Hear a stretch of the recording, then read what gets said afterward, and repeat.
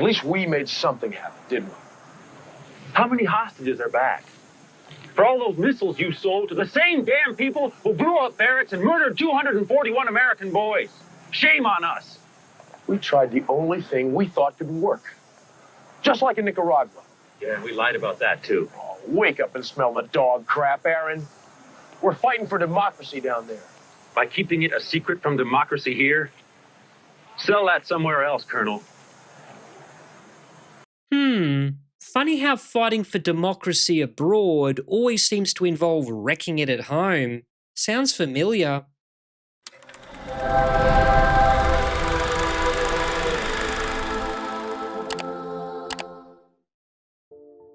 G'day guys, Holy Critics signing in.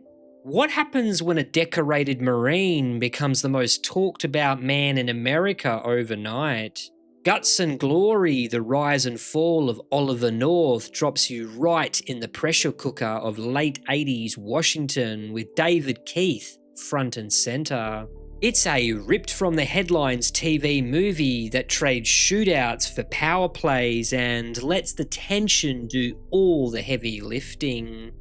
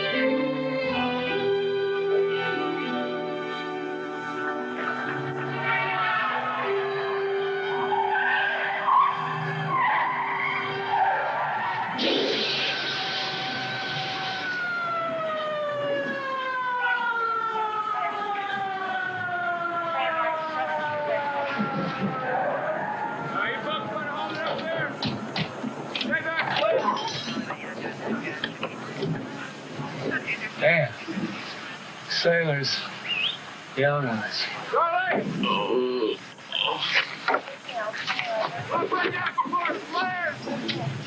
Where does it hurt, son?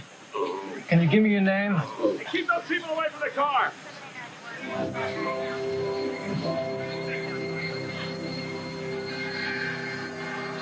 Oliver? Oliver? Oliver? Aye, sir.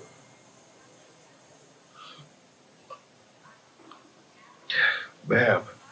We called your parents in Philmont. They're on their way. Well, you remember what happened? I was dreaming. We were going upstate for Washington's birthday. Where's Chris? And Eddie. We've got 3 others upstairs. Everybody stable. No, there were 5 of us. The boy driving was killed. Fell asleep at the wheel. I doubt he knew what hit him. Oh, God. Does this hurt? No, sir.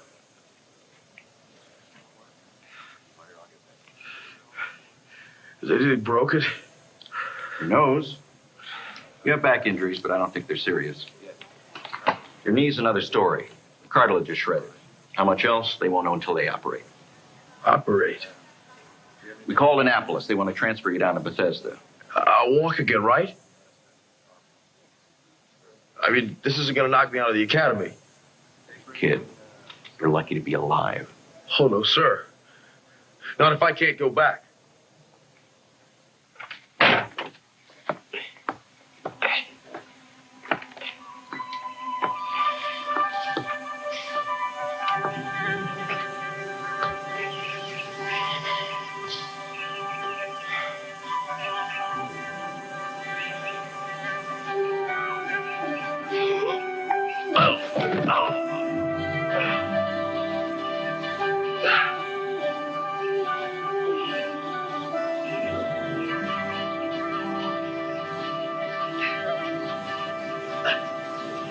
Hi. What are you doing up there? Exercising. Larry, you weren't even supposed to be running until July. I've accelerated the schedule. What schedule? Trying to get back in the Naval Academy, Alicia, this fall. I have to start over again as a freshman, but so what? I guess I was getting used to the idea of you staying here in Philmont. I love Philmont. It's great. You see, that's the thing. Guys like my dad fought for years to protect all the Philmonts in America. I can't think of anything more important to do with my life than that. Except maybe one thing. I'd like for us to share it. Together.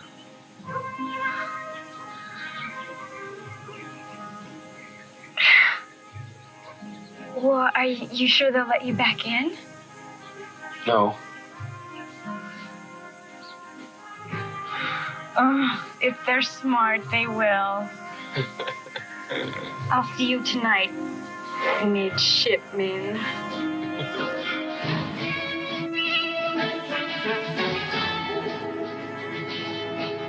Go!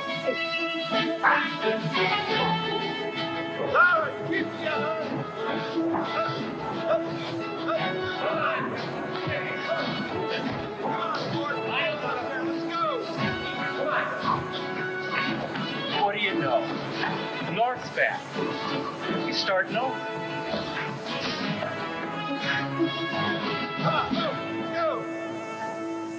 Gentlemen, boxing is the art of action over reflection. You hit or be hit. No debate. Just like combat. Boxing is about toughness and resilience. If your country ever needs you, you will be put into the cannon and fired. If you come back, great. If you don't, that's fine too. But I tell you what, Boxing is about coming back. Now, you plebes have been given classroom instruction in the fundamentals. You've tippy-toed around. Now, today we get serious. Today's the day you can sign up for something anyone that you can conquer if you're willing to pay the price. And I'm talking about the brigade championships. But before you volunteer, think of... North, we're thrilled you returned. Now get back in line. You said anyone can win, sir. You'll be lucky to make ensign with that leg, mister. I don't intend to be an ensign. I'm going to be a Marine, sir. Semper Fi, huh? Do or die. If boxing doesn't kill you first. Right away, sir. Good afternoon, sir.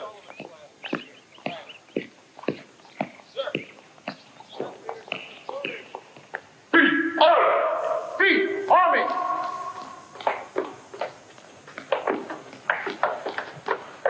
How come your shirt never moves? Feet, up! Feet, Army! Up! Feet, Army! Get back your poli-sci paper. 95. They fell for it. Fell. I'm telling you, in 10 years, communism will be making a stand in South America. Tell that to your thermodynamics teacher. There you could use the 95. Hold it, mister!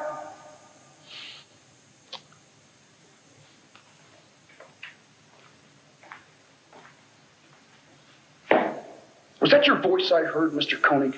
Yes, sir! But you're honor bound not to speak in these halls, correct? Yes, sir! How does a midshipman define honor, Mr. Koenig? Sir, honor is a quality which renders a man unable to say anything less than absolute truth in any situation, regardless of the outcome. And it leaves him incapable of any action which would bring reproach upon his integrity, sir! Standing, Mr. Koenig. Now drop and give me 50. Aye, aye, sir! Sir! Mr. North? It's a two-way conversation, sir.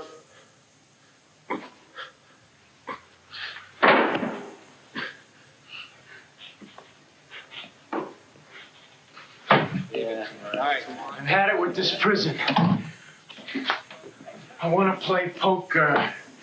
I want to see the Phillies. Annapolis. Only place in the world where they take away your God-given rights and then give back one at a time and call them privileges. And you turn back, second-year plebe. They can't haze you. What are you breaking your butt for?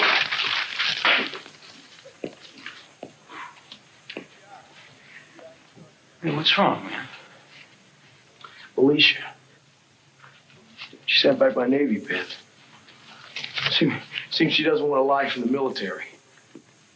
Damn. Yeah, I'm sorry, man. I don't understand it.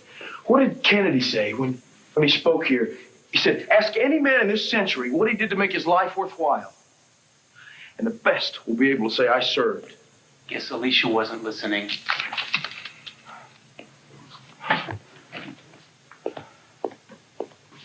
Forget it.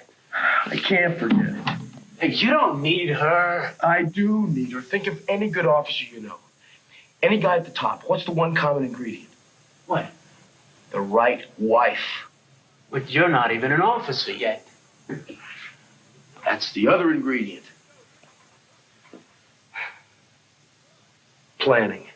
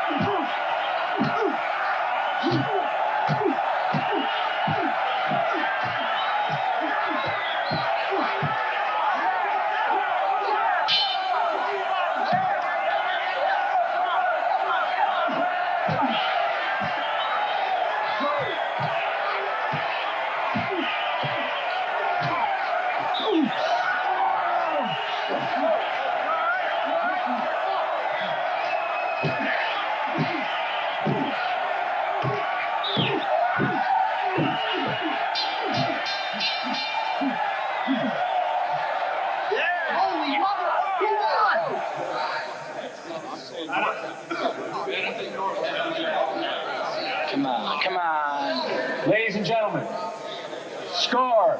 Round 1, 20-19, North.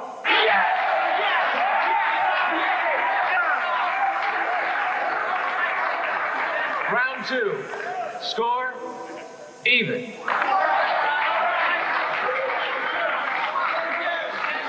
Round 3, 20-19, North.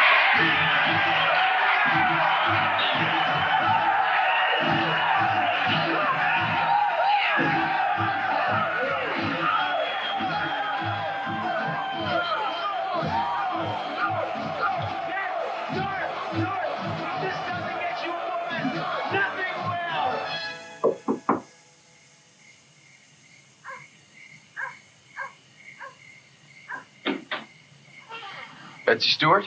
I'm her. She? Ollie North. Or maybe my cousin called me Larry. That's what the family calls me. I thought you'd be younger. Younger? I mean, when Kathy told me you went to the academy, I was afraid you might be 19 or so. No, I'm 24. I got a late start. But if you want, I can go drag May and try and pick up a plebe for you. No. You'll do. Table 15. Good evening, sir. North?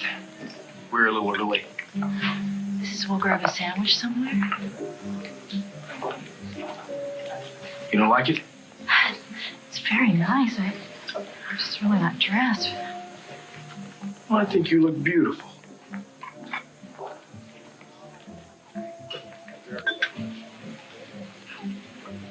If I'd known midshipmen had such good taste, I wouldn't have avoided them. I've been calling you so long, I thought when we finally went out, it better be good. Not that long. 3 weeks? Seems more like 3 months. 3 months ago, you were still going steady, according to your cousin. So, let's talk about you. Direct descendant of Jeb Stuart, the Confederate general. Raised in small town Pennsylvania. Graduate of Penn State, sales manager of Hecht's department store. It's no shame to break up with a girl. It happens. What did happen? Well, the last thing I knew, she wanted me to come home for Thanksgiving vacation, and I went to jump school Fort Benning instead. Well, obviously the lady has no sense of humor. I don't know what happened. We had all these plans. In the end, they just weren't the same plans. Your plan, what's that? Easy. 2 tours in Vietnam, company commander in 3 years, battalion in 6. Command and staff college, figure colonel in 16 years, check off 3 boxes at the Pentagon, and bam, commandant of the Marine Corps. I can't even plan a movie, and you've got your life mapped out. Oh, and a wife and kids, too. 4 at least. For what? Wives or kids? Kids. Only one wife. Partners. Forever.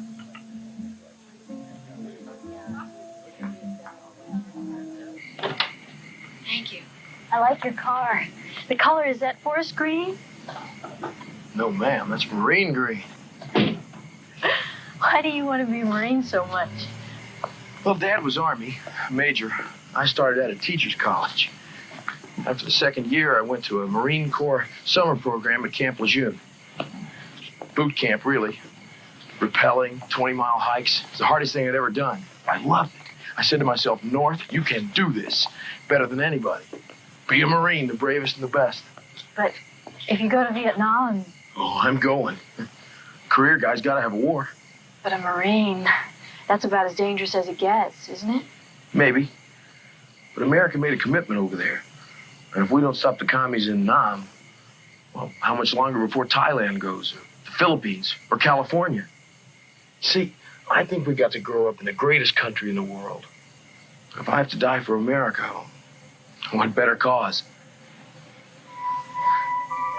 I guess I haven't thought about it as much as you. Well, if we go out tomorrow night, we can talk some more about it. Maybe catch a flick. I accept. Oh, great. Great. Well, I guess this is goodnight.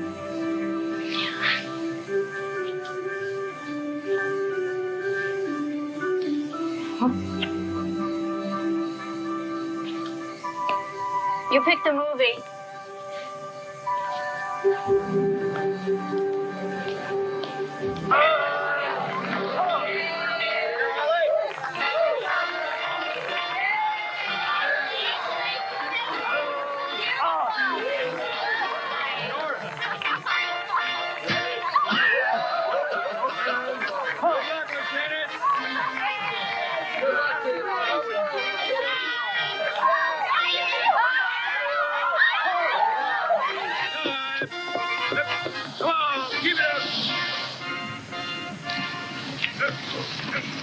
Mr. and Mrs. Oliver North. Lieutenant and Mrs. Oliver North, United States Marine Corps. Lieutenant and Mrs. I'm learning. The lieutenant and his bride settle at 1114 Queensberry with their 2 cats, their golden Labrador, a white picket fence, The first automatic dishwasher. their first installment payments.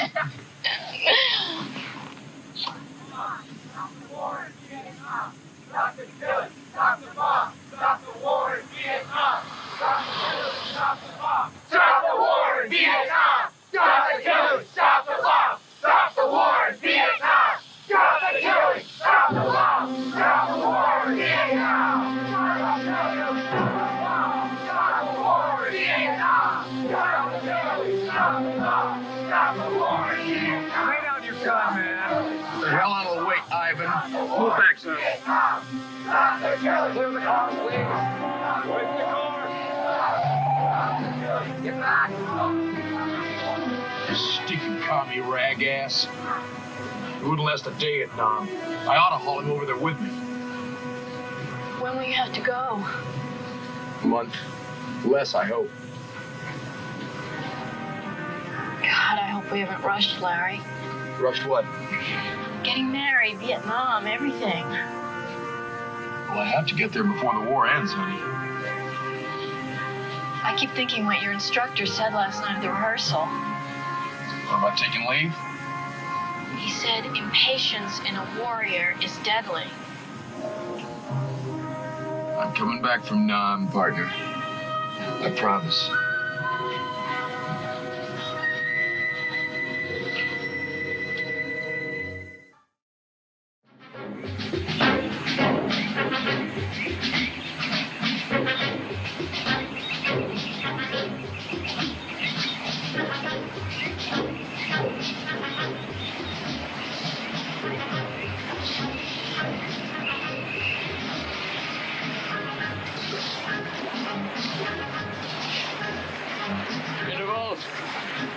Intervals, man.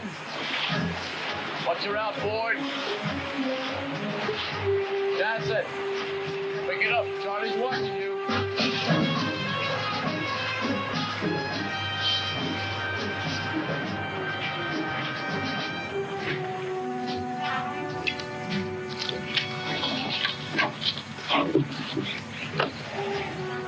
There she be, Hill 444. Indian country. Yeah, who knows? Maybe it's Ho Chi Chink Day and they're all at the beach eating hot dogs. Goose hot dogs are a little different, you know. They use real dogs. Well, somebody at Battalion likes this hill spark, or we wouldn't be here pricing real estate. Let's do it.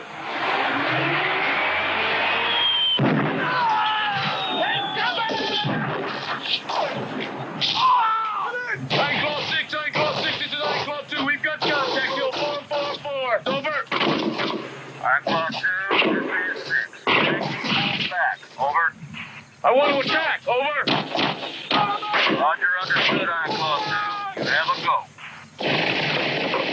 First squad. Where's that fire?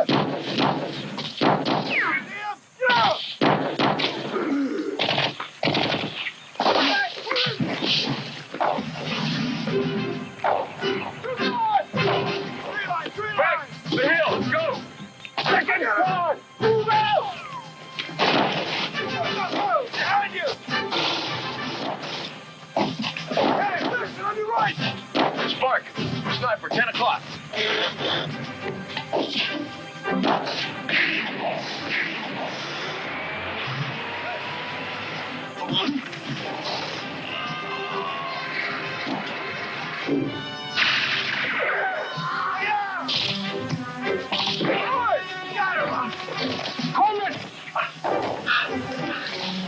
Where's Mac? In trouble. Pin down. There's mortar and machine gun bolts up there. Tell the tank to cover the hill. Their trajectory's too low.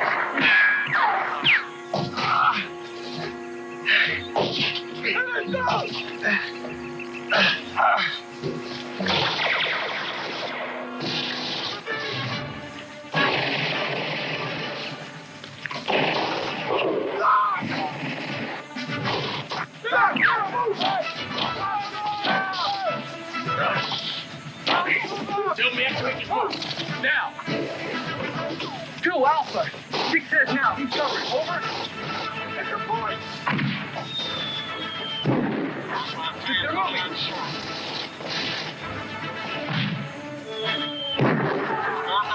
Check out the gunbunkers. That team hit the mortar. We did it. Yeah!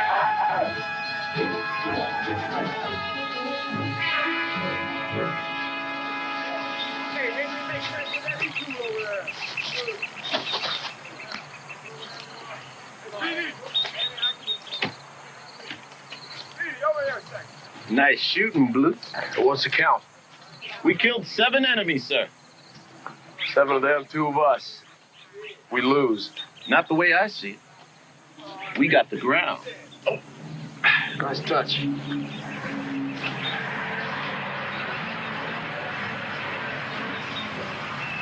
Oh, my God. Here's old Blue, right where I figured. Standing on the body. The lieutenant shot about 6,000 of them, Captain. All but 7 managed to crawl away. Throw up your trousers, boys. Too late to save your shoes. You hurt? I got a broken rib and a punctured lung. Only hurts when I laugh. Well, don't look at old Mac in the shower then. 7. I ain't bad, Blue. We're the ribbon. Thank you, sir. What I'd like to do is, I got my men digging in here on the perimeter. I'd like to stake this place. Hide. Charlie always goes back for his dad. I figure we can make a lot of money staying on the bodies. Negative. We gotta move out. The vision says we're to join up with the South Vietnamese company in Con Tien. Help pass out grain and crap to the villagers. So this hill, hell, it overlooks supply trails north and south. It's valuable. So is Vietnamization. So's winning hearts and minds. Somebody else is making the calls here, Blue. I'm just a friggin' Marine. Come on, let's go.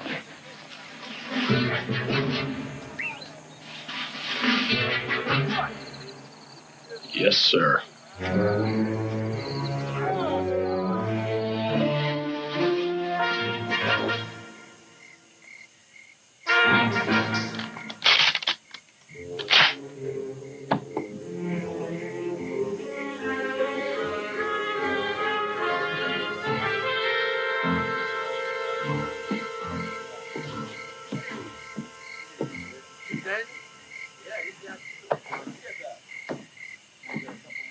Hi, I'm Jeff Sims.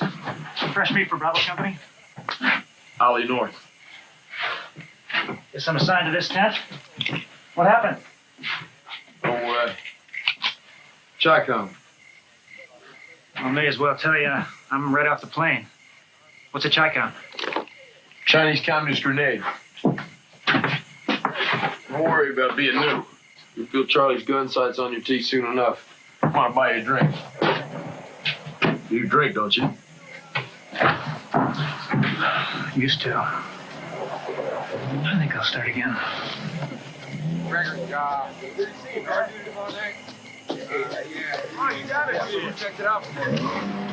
The main thing to remember is take care of the little things. Make sure your people use their water tablets. Make sure they got dry socks in the bush. Get yourself a case of Tabasco sauce, a crate of onions for your Mexicans for their sea rations. I'll cut throats for you. You take care of the little things, the rest of the stuff will be easy. Hold on.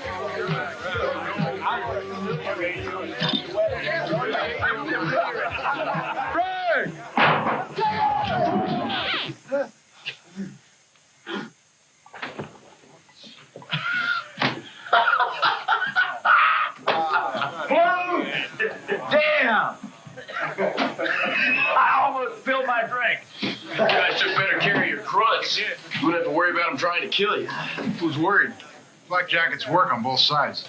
Gentlemen, fresh meat. Lieutenant Sims, this is Captain Scott, Lieutenant Jacobs. Yep. Hey, Captain, who's today's winner? Oh, I'm so glad you asked me that. Gentlemen, the sit pick of the day. The winner of the liquid salute for heroism above and beyond is Second Louis. Oliver North.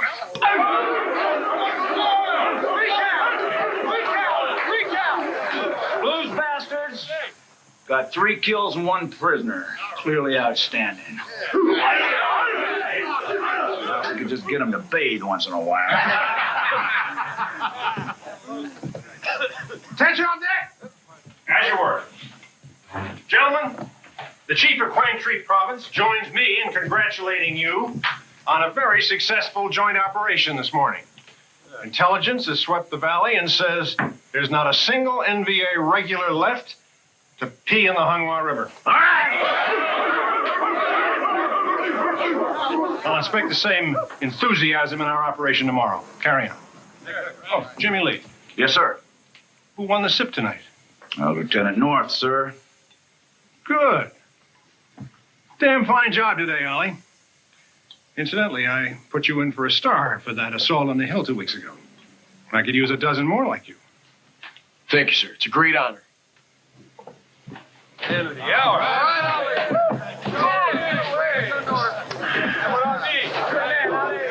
Blue. Why don't you and me go have a little chat, huh? Come on.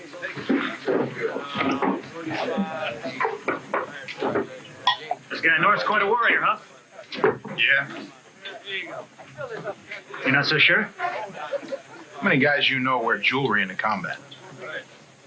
Guy wears his academy ring. Like nobody else went there. It's the size of a golf ball and glows in the friggin' dark. You want a night patrol with a guy like that? I didn't see any ring. Of course, his hand's bandaged up. Yeah. Hey, hot dog or not, a guy gets his hand blown by an enemy grenade, he deserves some respect. Is that what he told you? He was hit by an enemy grenade? Yeah.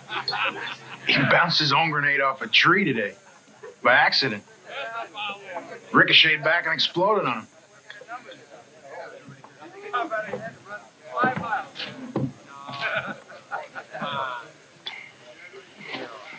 Six grunts checked into sick bay tonight. All complaining of mysterious rat bites on their legs. Yeah, well, they read 300,000 kids are getting ready to march on Washington. They gotta say, what the hell am I doing here? So where's the fight tomorrow? Hill 444.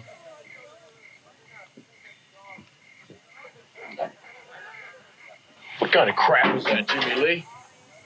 We had that hill 2 weeks ago. I know that. Well, how many times are we gonna keep doing this? Chopper in, clean out the gooks, lose good men, and just give the place up and do it all over again? Listen, I watched the life bleed out of an 18-year-old American boy for that hill. Who's making the decisions? The Vietnamese now. Uncle Sam wants out, Blue. We're giving them our tanks, we're giving them our weapons. Washington says give them the war, it's theirs to win. We could have had it won if we had some support. The politicians send us over here and cut us off like lepers. The press, they see us fighting for our lives, call us warmongers. Warmongers. Hell, we're not even allowed to fight a war. If we had some honest support from Washington and some free reign, hell, we could be in Hanoi by New Year selling hamburgers. It ain't gonna happen, Blue. The boat's already sailed. I'll see you in the morning. Something wrong? Yeah. This whole damn war. We ought to be ashamed. You don't ask good men to risk their lives for nothing. You fight to win.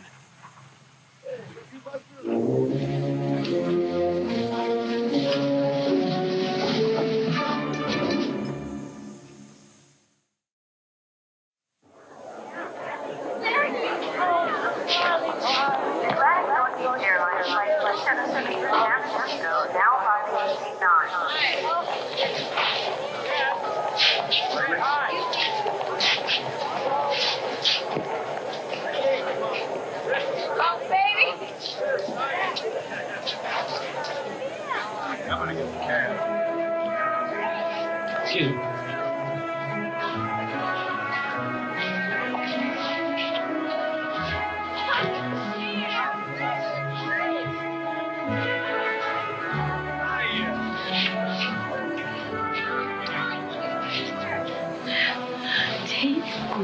This is your father.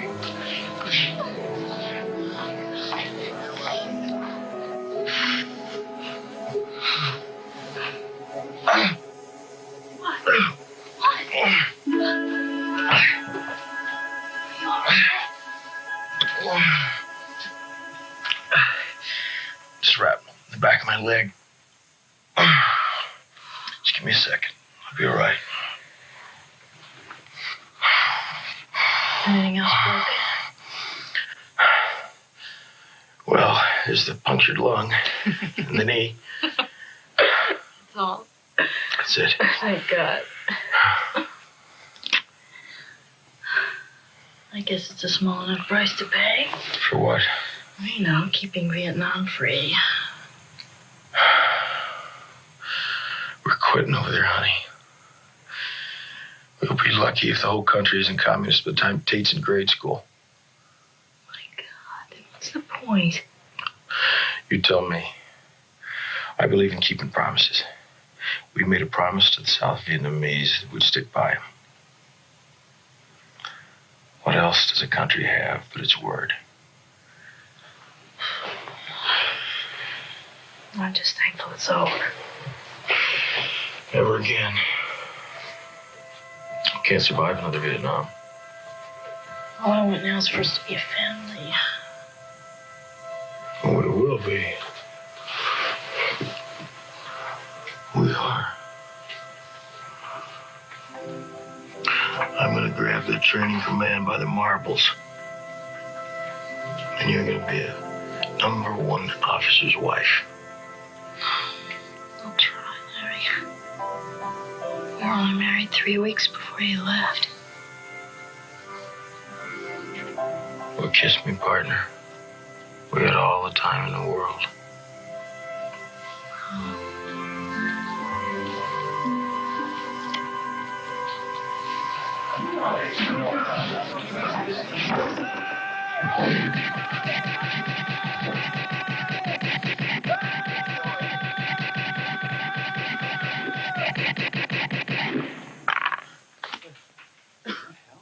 You pukehead!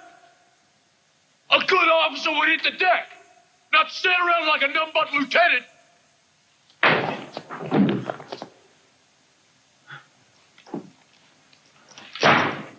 I'm Lieutenant Oliver North, your instructor. You will listen to me and learn counterinsurgency for 2 reasons. Because I have been to Vietnam and you have not. And because if you do not listen to me, you will come back from Southeast Asia in a box. Worse than that, so will your men. You are going to learn how to blend in with the green of the jungle. You will learn how to form kill zones. You'll learn the truth about Vietnam. Not the crap coming from the peaceniks in town. Not the me-lie crock from the press. You will leave my class ready to deal swift, silent death to our enemies, or you will not leave at all. Do you understand me, mister? Yes, sir. Do you understand me? Yes, sir! Good. You and I just may be friends. Blank's burned, but you'll get over it. Go take a blow and show that battle scar to sickbay. All right. Yeah. All right.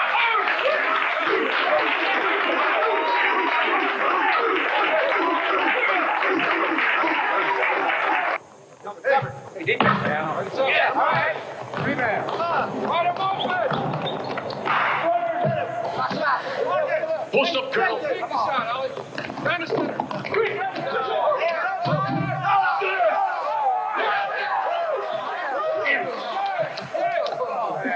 Chalk one up for the professionals. Good. Pass the ball. Anyone but the old man? Just playing the game, Watts. Just playing the game. Yeah, I'll say. Short? Nice shot, Colonel. Good teamwork, Ollie. Listen, I wanted to let you know your orders just came through. Yes, sir. Where to, sir? Okinawa. You're going to run the jungle training school. It's unaccompanied. You're going to have to leave the family at home. It's a putrid climate. Program's a mess. But if anybody can pull it out of the dung heap, it's you. And I told them so. Marine law, Ollie. Best guys get the worst problems. I can't thank you enough, sir. Right.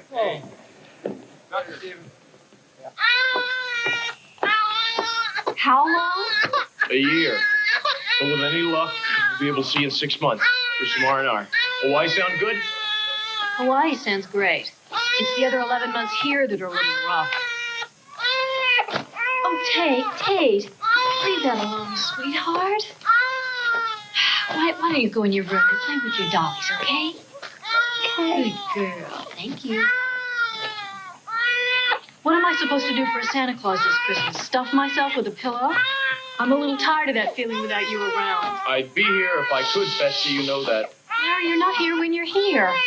Classes all day, field exercises till 2 in the morning. What kind of life is this? It's our life. This is a Marine family. It takes some sacrifice.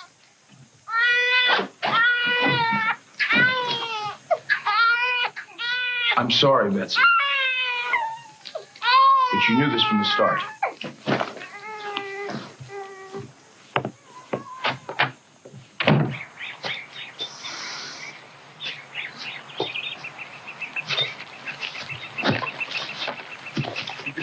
Keep it down. All right, let's stay alert. Treat this as enemy ground. Button that flak jacket. Keep it tight. At least this patch is better than the last. Yeah, only half of them are convicts. Well, with the draft gone, the good kids figure who needs. What's so good about a kid that doesn't want to serve his country? You know what I mean, the result of the war and all. Oh, yeah. I know the result of the war. Sucked the heart right out of the country. Keep your head down. You want it mounted in Charlie's den? Well, keep your butt down now. You're on point like these trees. Yeah. What?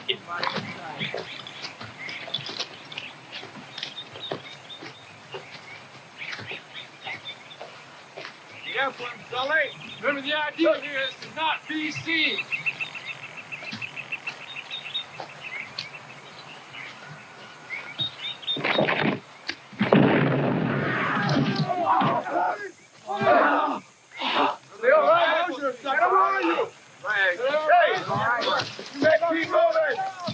What you gradually may come to understand is that what you're coming with is dying, Busher.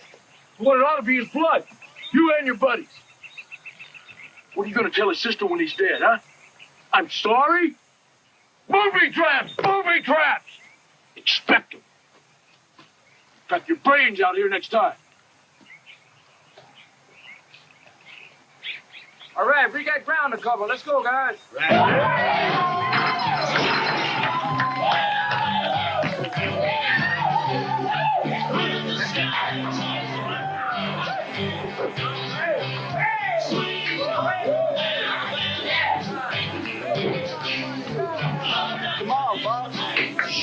Ferrer's wall. Last time I tried that in Quantico, rearranged my face. Ah, that's your character.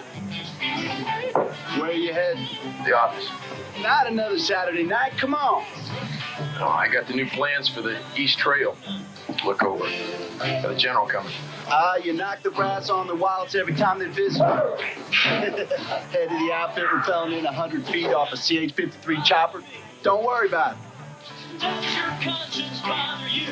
You know, I was a kid. I brought home a spelling test once. Show my old man. I got a 97. He was real proud. Took one look. Said, damn, son. If you'd have studied one more hour, you'd have been ready. He was right. Enjoy yourself. Captain, I think you're as fine an officer as I've ever seen. Last thing I'd ever want to do is speak out of turn. But ever since you got here, you've been working 7 days a week. somebody's got to look after these kids' butts. The congressman won't. Yes, sir. But everybody needs a little relief. I mean, I know you take it serious. See, I think the trouble is everybody's taking it easy. Let's take it easy. We're almost out of Asia. Let's lie low. It's not cool to be in the military anymore. The hell with defense. Let's put it in welfare. Well, that's just so much bull, my friend. Nam is over because we let communism win. And anybody who thinks it ends there is a moron. That bell's going to sound again. The ones who answer it, the ones who never quit.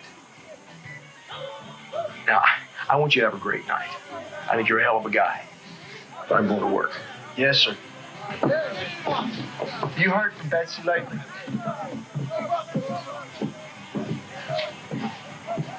No, not lately.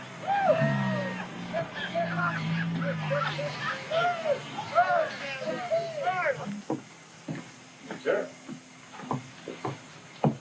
Evening, sir. It's hot in here. We got that new air conditioner yet? No, sir. It didn't come? No, sir. Have Con get General Tolles on the radio. Promise is a promise. I'll personally ream his ear. Yes, sir. Oh, what did come is the mail. Left from home, sir.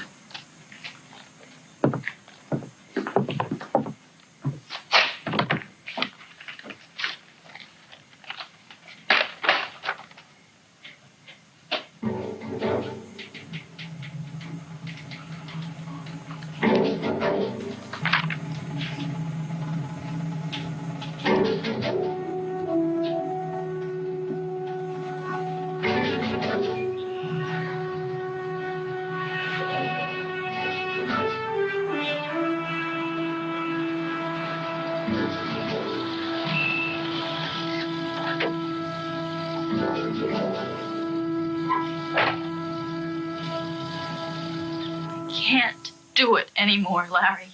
So death was part, huh? The first time the water gets rough, Betsy jumps ship. First time. How many teas have I gone to and sat with the wives according to rank? How often does your daughter have to take orders from a friend because their daddy's a major? I'm a captain. You tell her to tease the sergeant's kids. It's part of the game. It's not a game to us. It's a sentence. Day after day. The commissary, the chapel, the PX, nothing but military. Wear a uniform with no rank, Larry. Betsy, you can't do this. It's the end, Larry. No. No! Here we go, ready for the tip-off, starting the second half. Tip goes to Washington, Hamilton dribbling down the court, passes to Patterson. Patterson stops, fake. Colonel Bernhardt. Get on! Ollie.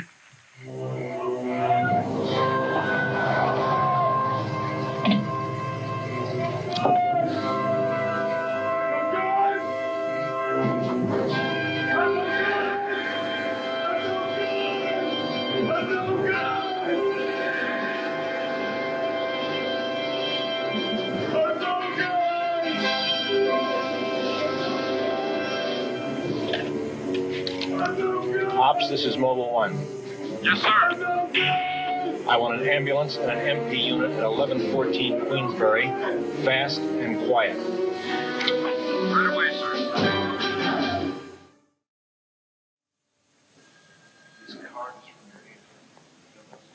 Look at this fruit salad here. You swabbies never see decorations like this. 319. Purple Heart, Bronze Star with Combat V for Valor. Where'd you get that one, Captain? Contra. Naval Commendation. Look at this. Silver Star. They don't pass them out every day. Yes, they did. In Nam, anyway. And my dad won one in World War II. And it meant something.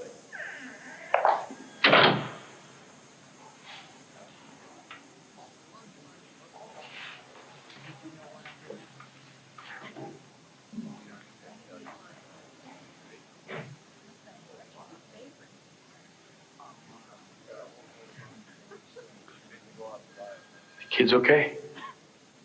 Tate's in school. I left Stuart at the base nursery. Good. Things are getting back to normal.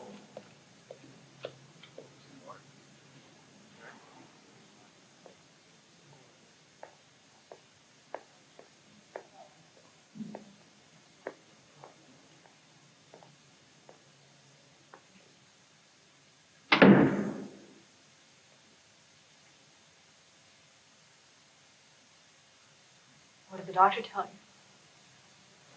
Emotional distress, whatever that means.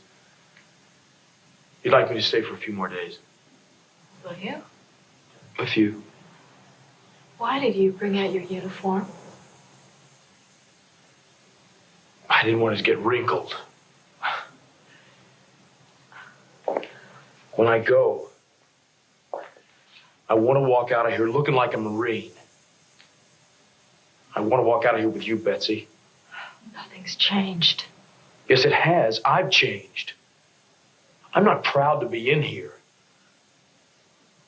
For the first time in forever, I've had a chance to think, a chance to realize that I put my work so far in front of you guys, I risk losing everything. You are what you'll always be, a Marine. I'm a father, and you're the mother of the two best things we ever did. And I'm not the only fighter in the family. Don't give up on me, Betsy.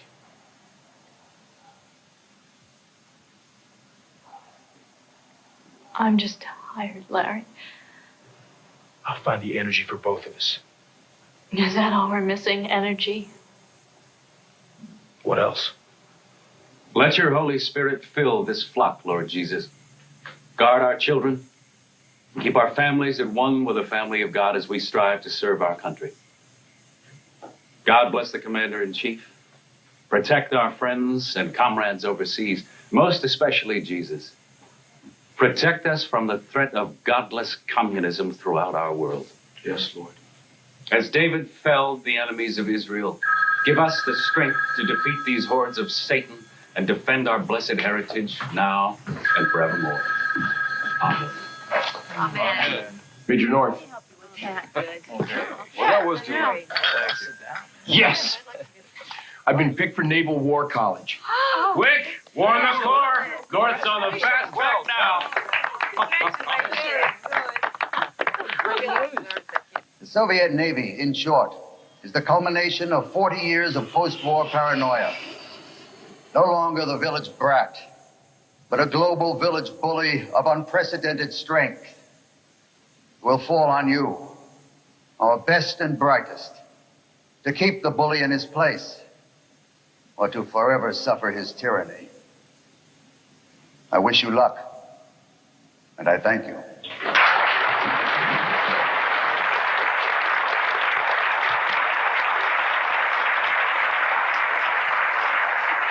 Now, if there are any questions, Major? Admiral, I'm Major Oliver North, and I'd just like you to know that I think your analysis of the Russian fleet vulnerability in the Mediterranean is a model of command thinking. It's brilliant, especially your perception of their weakness in anti-submarine technology. My question is this, sir.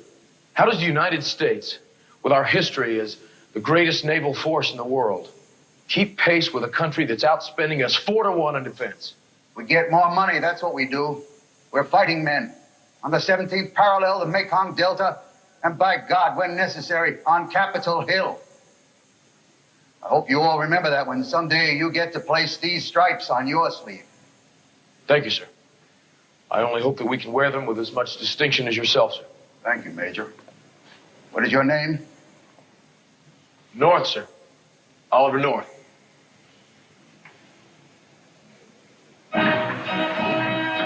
be asked to interview for the National Security Council. It's a great honor, honey. I'm very proud of you. It's a prime assignment. No question about that. It is the White House, and President Reagan's just starting. Yeah, thank God. Mom, make Stuart quit shooting us! Give your sisters a break, Stuart. Try a different target. How long would it be?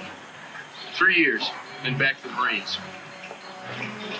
The way you talked, I guess I was expecting a nice recruiting post. In a college town. Close to a lake.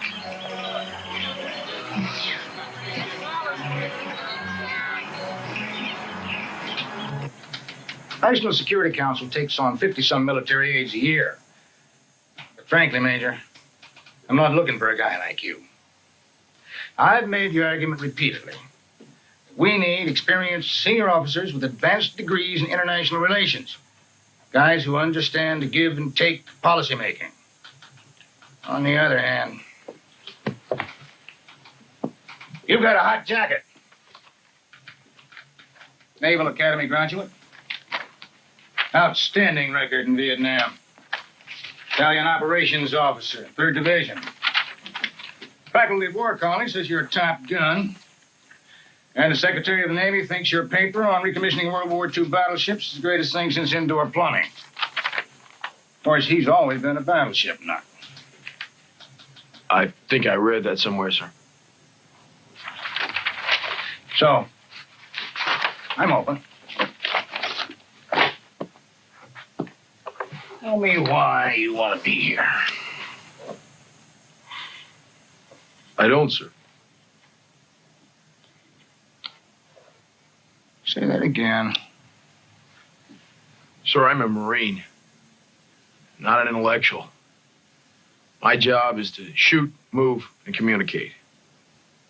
I belong in the field, not behind a desk. Wait a second. We're talking about a tour that most career officers would stab their aunt for. And you want to decline? The last thing on earth I want is to go white shoe. Well, hell, Major. You're the rarest of birds. An honest-to-God leader. I'll have that report ready. Oh, that sounds... So I told him it was a question of protocol. Yeah, my plane landed 6:15. I needed to be there for coffee. I am definitely out of order. Part of being leader means making the tough decisions, and that's exactly what I'm going to do. Ready?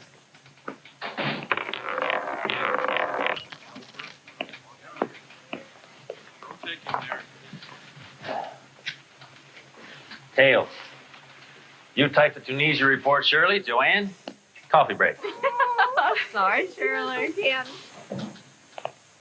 Hello. I'm looking for a Mr. Sykes. Well, that's me. Oliver North reporting, sir. Major, U.S. Marines. Aaron Sykes, Tiger, Princeton University. Welcome to the National Security Council, Major. You ready to do battle for the administration? Absolutely. Who do we fight? Well, for starters, the U.S. Senate. President Reagan wants them to approve the sale of AWACS surveillance planes to Saudi Arabia. You and 2 other new military guys I put on the briefing team. Well, let's strap it on. Kick some ass. What do we do? If you consider the interior intelligence package on this aircraft, it's equally impressive. Long-range radar, able to track a bomber over 300 miles away. A fighter from 275. Excuse me. Yes, Senator. Look, we don't deny the plane is impressive, but how can you guarantee it won't be used against us in the future? You say the military supports your full confidence in this area? Can you prove it?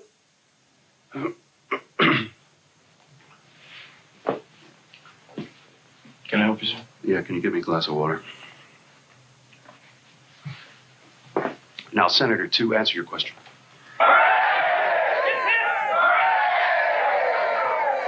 Close counts in horseshoes and in Senate votes. Congratulations to Even us poor service grunts?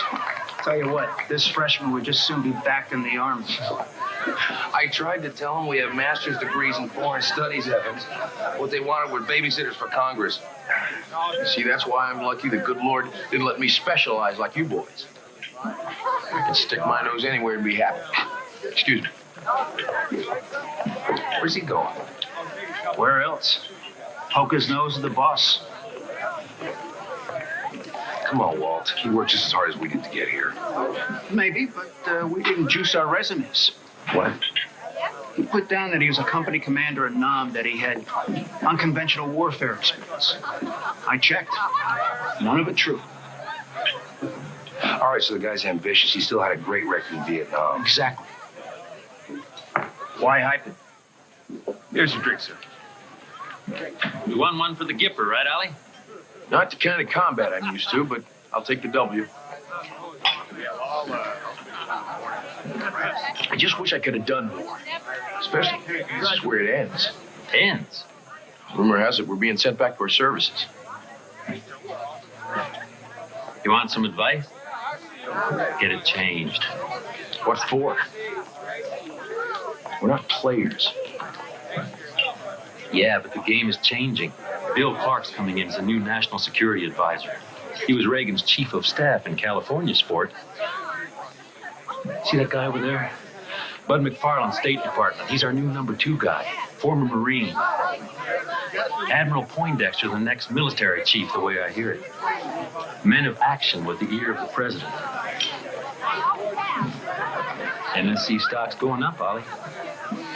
Don't sell now.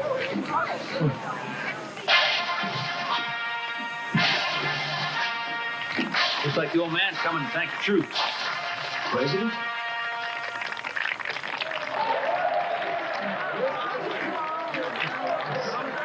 Have you met him? Come on.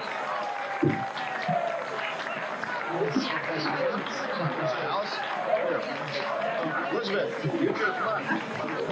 President.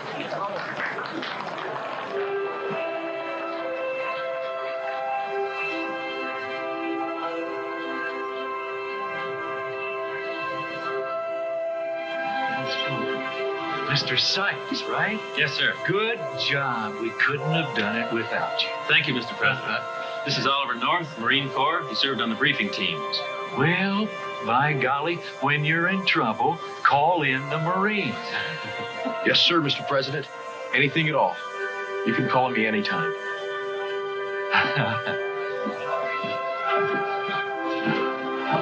Damn. Is that as dumb as it sounded? Yeah, but he's used to it.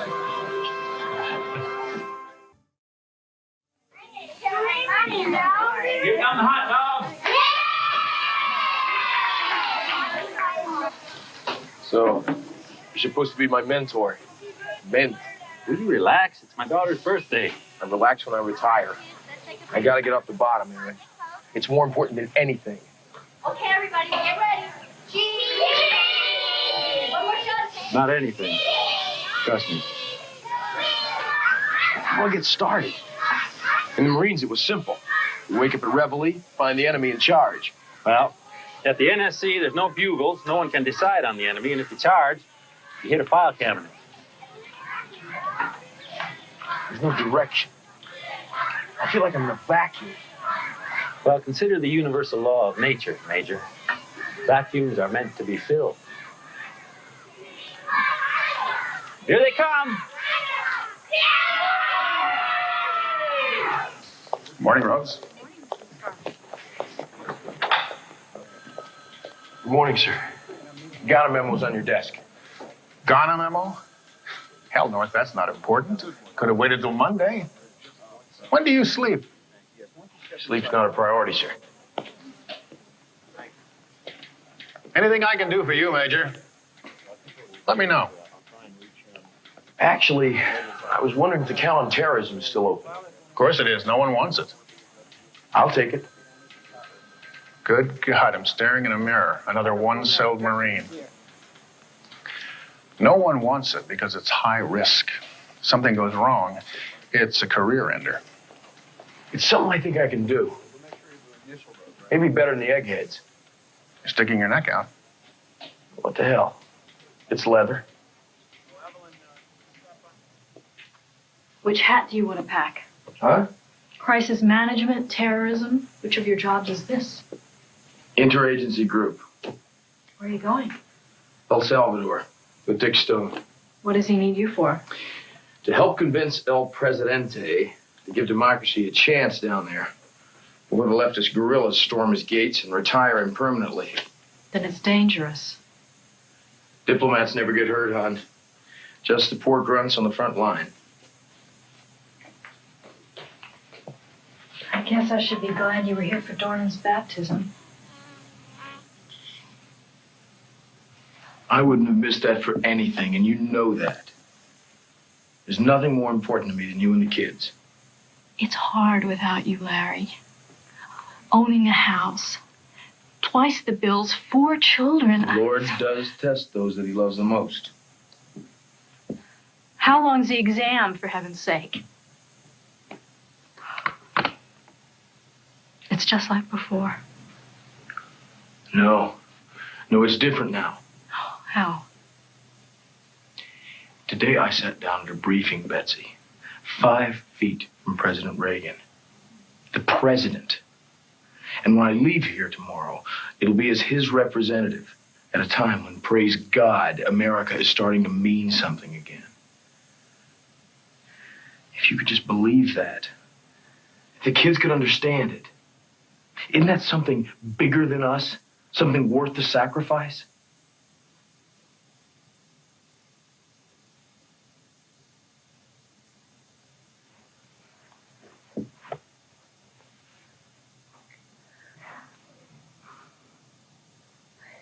Is there room for me in that suitcase?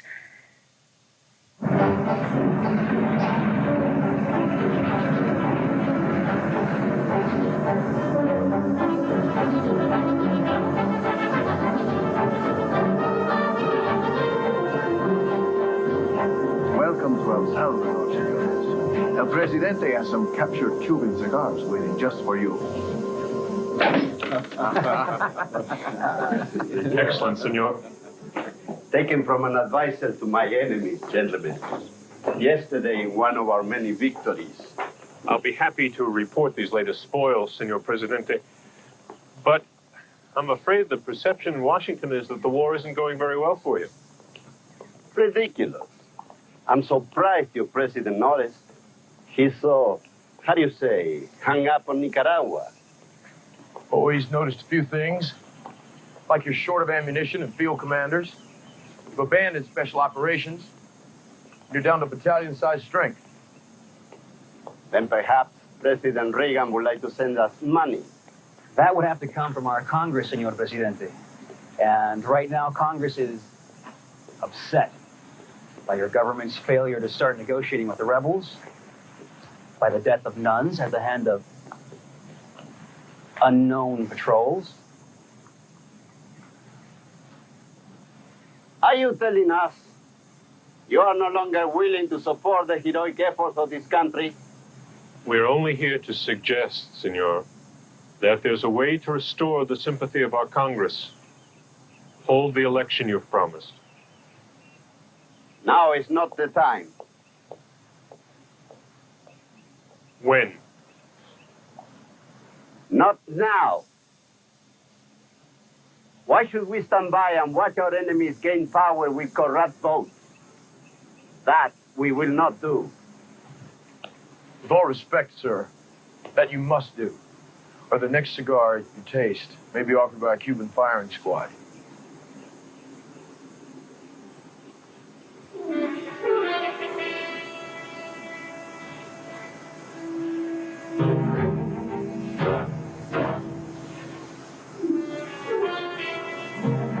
Finally, President Reagan expresses his utmost admiration of the government of El Salvador for their courageous decision to restore democratic elections to their freedom-loving countrymen. Senor Presidente decided to hold elections on it once we pulled this string. Now, I carefully worded this for domestic political consumption, boys. The minute we hit Dulles Airport, we handed it to our press people. If this doesn't pry another $60 million out of Congress for El Salvador, I'll kiss your banana daiquiri. To the President of El Salvador, A man of action.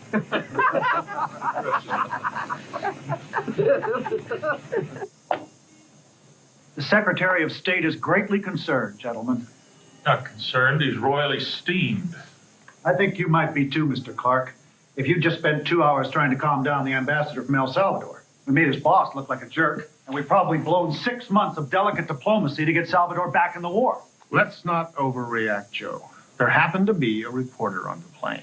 The back of a plane is no place to hold a press conference. Please understand, sir, we were overheard. We didn't voluntarily... I do understand, Mr. Stone, but the damage remains. All right. Now, please make our excuses to Secretary Schultz. And Joe, be creative, huh? Very well, sir. I'll convey the apologies of the delegation. I'll inform that you intend to follow through with a formal apology to El Salvador. And I'll add that your people agree that we're better off when we trust these matters to the Department of State. Okay by you, gentlemen? Okay. Okay. Okay. But why? Why what? Why is state the only way to advise the president? It's a hard, tough world out there. Ollie, it's our job because we're trained to do it, Major. And because the president requires a consistent view of world affairs. Well, why is that an asset? Maybe that's part of the problem. The president never gets anything put before him that's not a rubber stamp conclusion of one department. Why shouldn't he see independent opinions too? Hell, didn't we learn anything from Nam? Every day I was there, I had to fight the stupidity of those who weren't. If you want choices, if you want to really know what's going on in the trenches, and listen to the guys who crawl around in the mud and the blood, people who've been there. Now look here, Mr. Clark. Mr. Antonelli, would you please convey our apologies to Mr. Schultz? And Mr. North, would you please stay for a minute?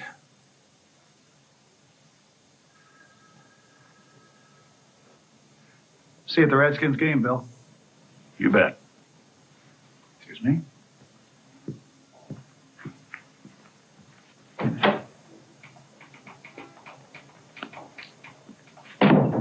But since I got here, I've heard enough pseudo-academic crap coming down these halls to fertilize all the poppies in Turkey.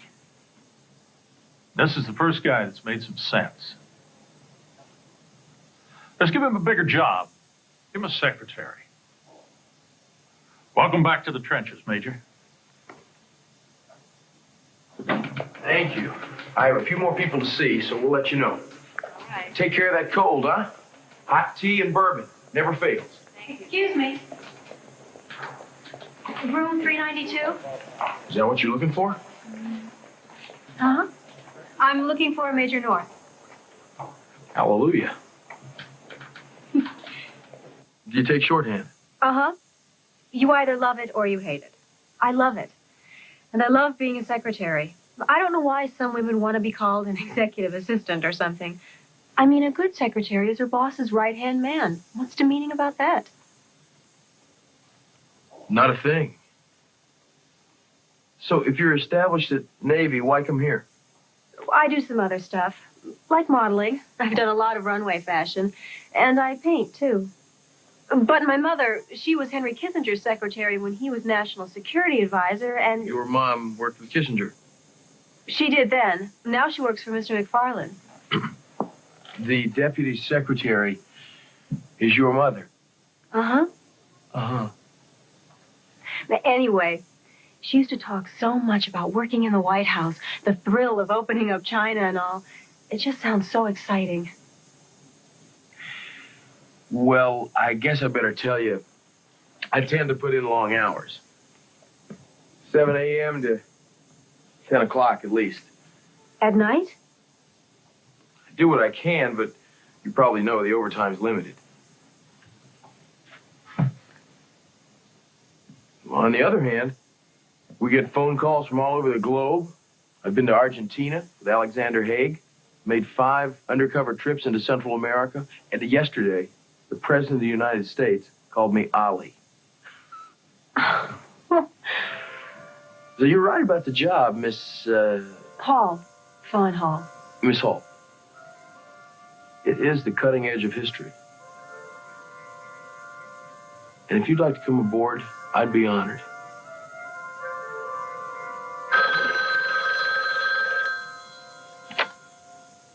Major North's office.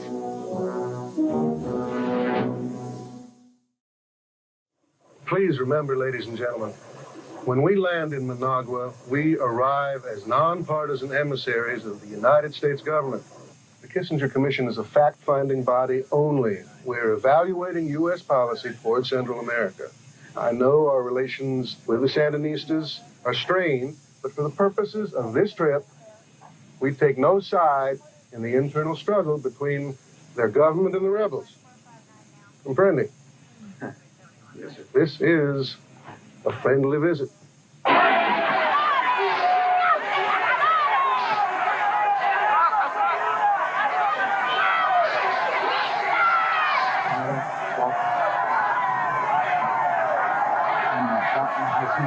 United States Border Patrol.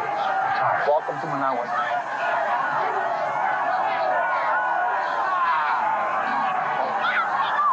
Buenos dias, commies. State Department protocol. The National Liberation Front is raised by your presence, Senor. Liberation, my ass. Ollie North. I'm not with the commission. I'm the advance man on the U.S. invasion. Sir?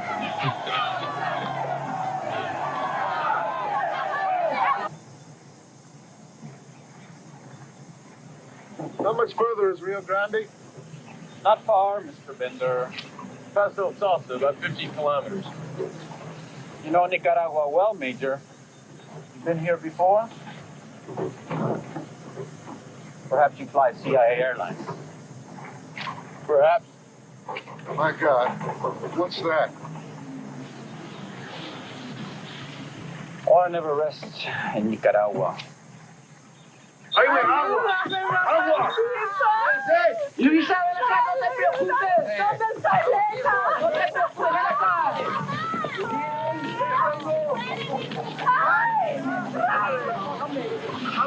¡Alto! ¿Quién es usted? ¿Quién eres? Yo soy Capitán Díaz de Managua. Bueno, puede pasar. The Contras depend on villages like these for food, for women. When they get caught here, the villagers suffer. You think the Contras are still in these hills? I doubt it, Mr. Bender. Captain, could you show me where you think they're hiding out?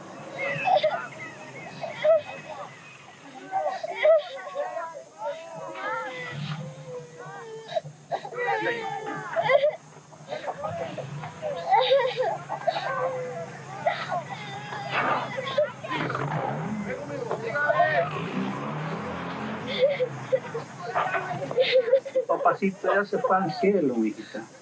Ya no llores. Ven conmigo. Ven conmigo. Aquí. Pobrecita. ¿Qué pasó aquí? Era un hombre de la aldea. Un Contra. La niña es su hija. The man was a villager. Contra. The little girl is his daughter.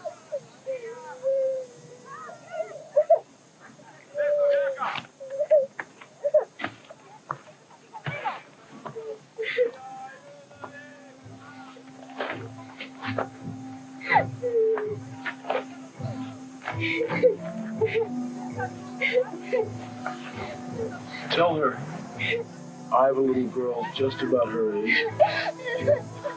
El señor dice que él también tiene una hija a tu edad. Tell her that my daughter will be very, very proud. Her father died for his country.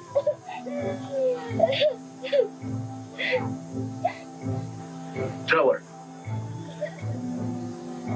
El señor dice que su hija estuviera muy orgullosa si su padre hubiera muerto por nuestro país.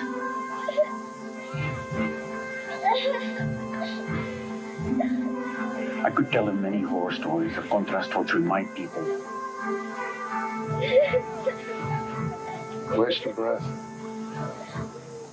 And you are out of here. This is Cesar. He blew the hell out of a Sandinista oil reserve last month in broad daylight, heart of a lion. This little angel, the Sandinistas butchered her father in her own backyard. Oh, please, enough. This is a party, North. Remember fun? Yeah. Begins with an F. Kids do it? Yeah.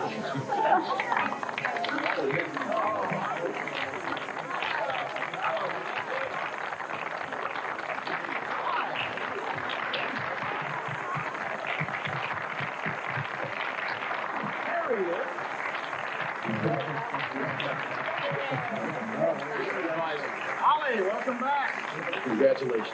I can't think of a better man to honcho this outfit, or a better second in command. I'm glad you were away when Clark moved to Interior. The SOB might have taken you with him. Over my dead body. Gentlemen, it's just hit the fan in Grenada. Maurice Bishop's been executed. The new left has imposed a 24-hour curfew. There it goes. Open season on democracy. Judas Priest.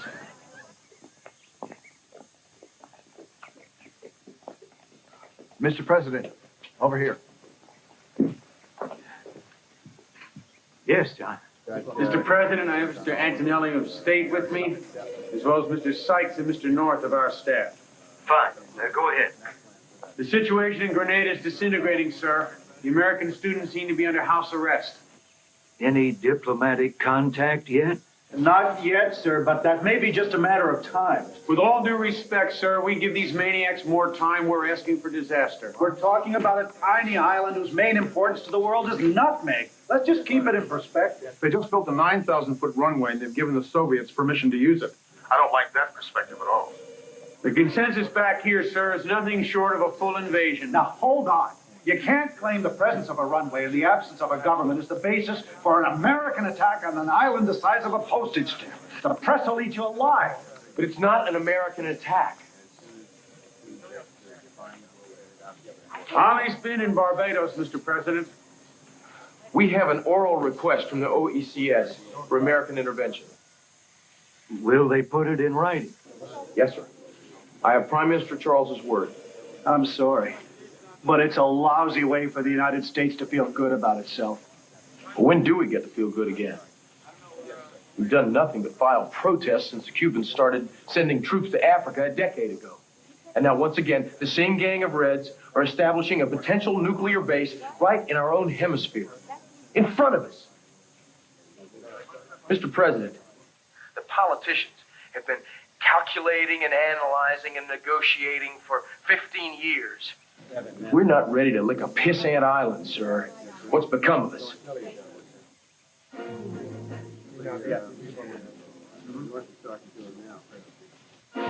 Let's keep working on negotiations. Of course, sir. And Bud? Yes, sir. Draft an invasion order. Get it ready. Yes, sir. Everyone's still taking heavy fire at Point Salinas, sir. I want to know the second they secure it. The second. Yes, sir. Our original plan was to hit Grenada with the 22nd Marine Amphibious Unit. Now we've got 82nd Airborne, Navy SEALs, Army Rangers. Choppers reporting more anti-air. Son of a bitch. Intelligence didn't say anything about anti-aircraft fire. At least we've got them outnumbered, sir. We're doing fine. Relax, Alan. Relax, hell. I'm the one that went in and got the president's signature on the invasion order. So it's only our careers on the line. No sweat. So we've already evacuated the first 200 American students. By now their planes have got to be almost back to the States. Major North also arranged for briefers to ride back with them to help them understand why we've been forced to act. Yeah, but the last thing we want is some kid crying U.S. warmongers to the papers. That's the truth. What briefers? From G2 in Miami. Don't see them on the manifest. According to this, they never got picked up. Oh, here it is. You're right there. You got it. Check the coordinates.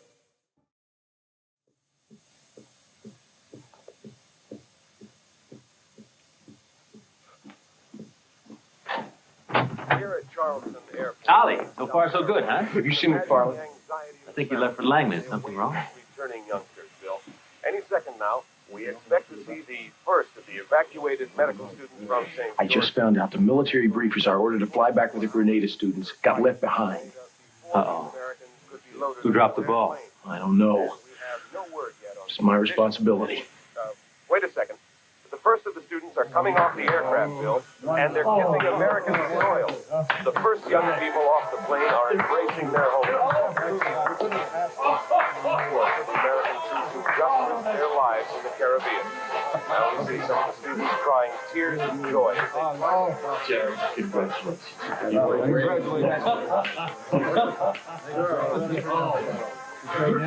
You've got no worries, Major.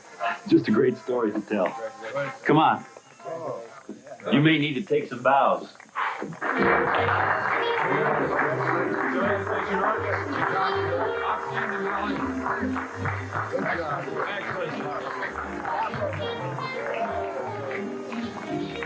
Let's not stay late. We're driving Kate to camp first thing in the morning, remember? We just got here.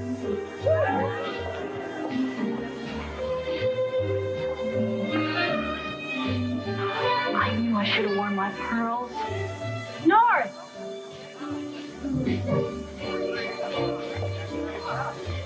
I should have worn the whole jewelry box. Come on. Oh, you guys look beautiful. And you, hero. Hi. You're getting more attention in this town than Joe Theismann. And I get to play indoors. Word's all over the party, Ollie. You were the mailman that took the message to Havana. America's back. This guy's becoming quite a star, Betsy. Please, I won't be able to get him home to clean the garage. Hey, Jarhead! Come here. Come here. Excuse me. A small rescue mission may be needed. Come here. Are you out of your mind? What? Letting Betsy see Fawn in a cocktail dress? I don't think it bothers Betsy any. Not so sure about you, though. Yeah. She's a good woman, Betsy, you know. If I were my secretary, I'm sure my wife would still talk to me. Through her lawyer, of course. Somebody wants to meet you. Who? You'll see.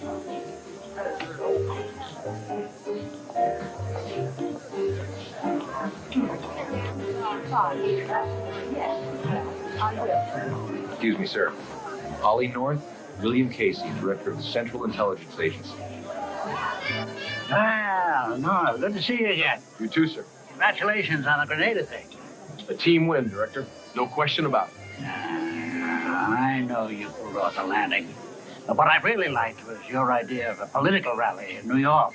Sway public opinion about invading in the first place. Smart.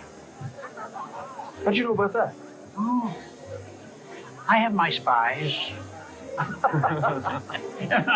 It's so neat. Why do I get the impression that you two know each other already? Now, Major North is on our interagency group. I've been reading his ideas on Nicaragua. Interesting. Yeah, I especially like the part about blowing up Sandinista oil dumps with speedboats. You know, it gives our paramilitary grunts down there a chance to work on their water skiing, right, Alec? Yeah, well, it sticks the communists where they hurt, in their fuel supplies. Yeah, well, it's worked so far. Tell me, Mr. North, what do you think about mining their harbors? Absolutely for it. Yeah, but your group is suggesting low-yield explosives. That won't do any more harm than a loud belch. But it gives the impression of danger. Lloyd's of London will jack up the insurance rates on Mexican tankers higher than a Tijuana pot. You know, if we could break the Soviet grip in one country, not an island, but a substantial nation, we can roll them back just once, they'd crumble. Exactly, sir. And I think Nicaragua is that nation. Of course, there are always those who'd rather talk than act. Schultz wants to jerk our leash every time we draft a covert order. What are we going to do about this, Secretary of State, Major? Screw the Secretary of State.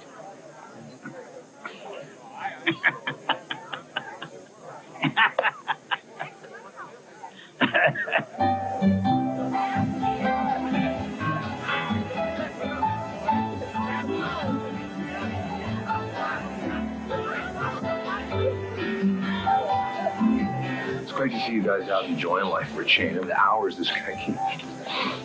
But he's doing a great good job, Betsy. Ollie, have you met the ambassador? No, I haven't. Nice to meet you. Will you excuse me? Yeah, sure. See you. Hi, Ruth. Honey, we better be going. Oh, no can do. I promised Mrs. Raymer another dance. And I promised the babysitter we'd be home by 11.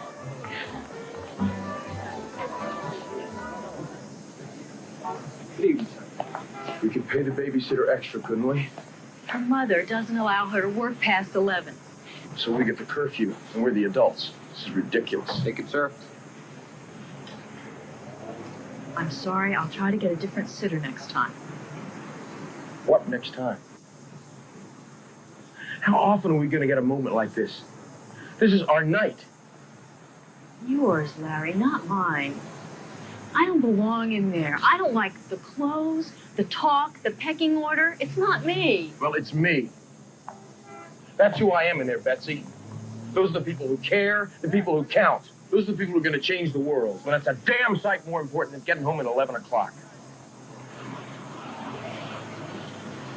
Oh, not. Calling it an evening, sir? I hate the self-congratulatory stroke-offs. Takes energy from the real work. I couldn't agree with you more, sir.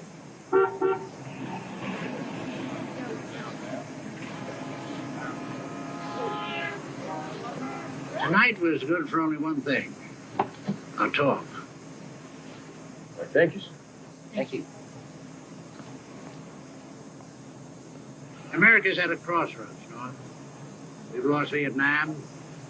Peanut farmer lost Iran. And now Central America hangs in the balance. If we don't stop the Russians there, we're doomed. Thank God we finally have a president ready to do that. Larry, are you coming? No, you go on ahead. I won't have any trouble finding a ride home.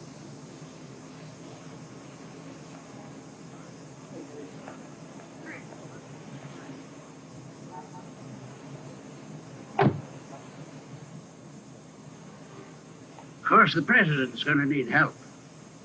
Men of courage, willing to do whatever's necessary, whatever the consequences. I read you as one of those men, sir. Well, I have to say, Mr. Director, I believe you to be a pretty good judge of character. Call me tomorrow. There's work to be done.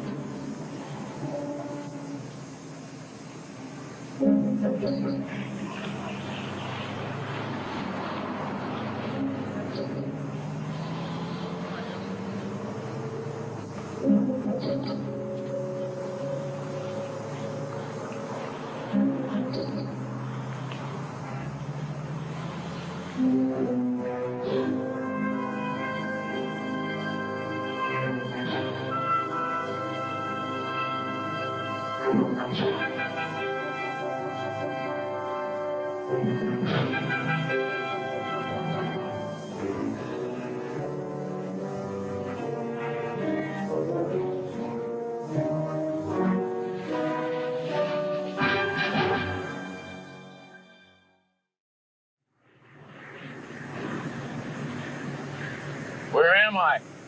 North. How can a matador of your experience not know where he is? You try 6 countries in 3 days. Besides, I gave my gas station maps to the Contras. Well, don't you worry. Uncle Ted will keep you straight. You're over El Salvador, stud. Here we back the government. In Nicaragua, we back the rebels. See, I know these things. Most of the weapons come into Salvador from the south on those pack trails down there. From Nicaragua, of course. Now, we're spread too thin, Ollie. The CIA's got 500 operatives helping the Contras in Nicaragua. That leaves us advisors up here in Salvador scrambling to stop the flow. Sounds to me like you need help. Hell, yes. Guns, men, intelligence. In other words, money. Yeah, that's a magic word, G.I.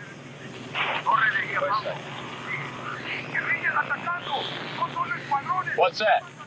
Salvadoran patrol just got ambushed by the leftists. Where? Down there.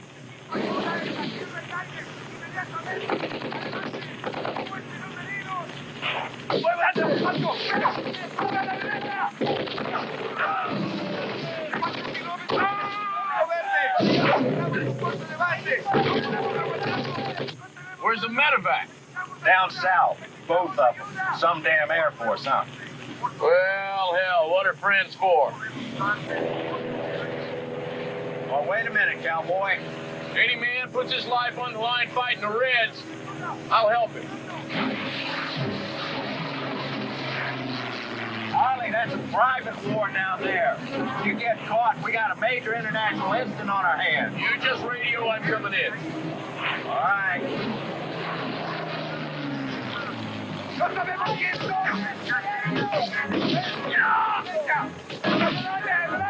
You ever land on a dirt strip before? Nope.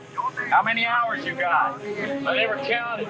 Mine's just sort of a, a sideline.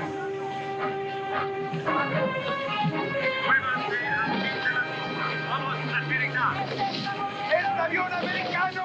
¡Vamos al camión!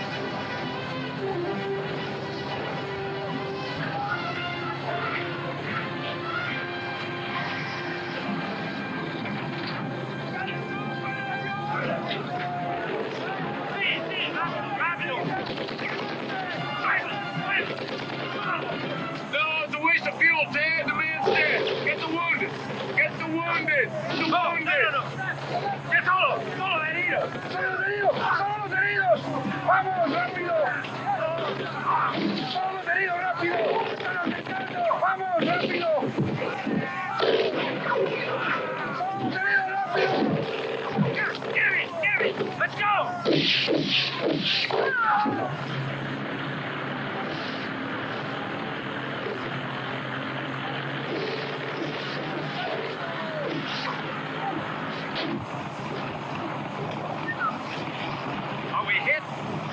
No. I just can't seem to get the fuel mix right.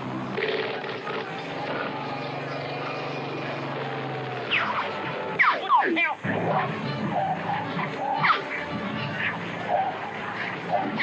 My God, we're never gonna make it.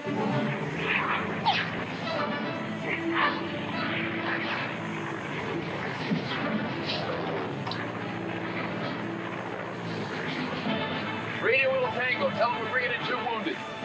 So far. Torre de Hilo Pango. Torre de Hilo Pango.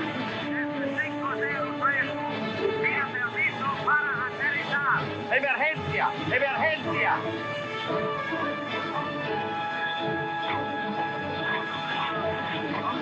How much further? The airport or where we're going down? I hope you're kidding. Yeah, me too.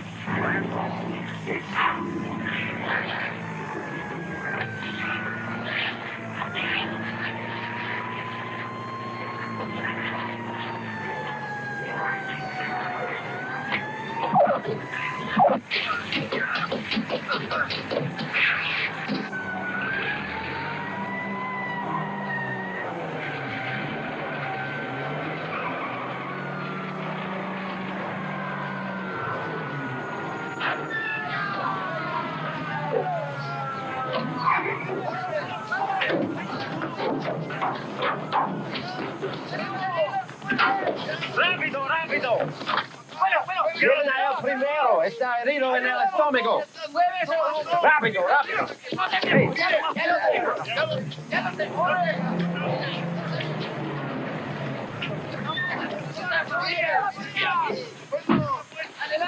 Never any doubt. Yeah, sure. You okay? Sí, sí. You okay? Yes. Lo que usted ha hecho es heroico, señor. Heroico. Y quiero que sepa que las Fuerzas Armadas y el pueblo de El Salvador están a sus órdenes, señor. Para lo que usted ordene, señor.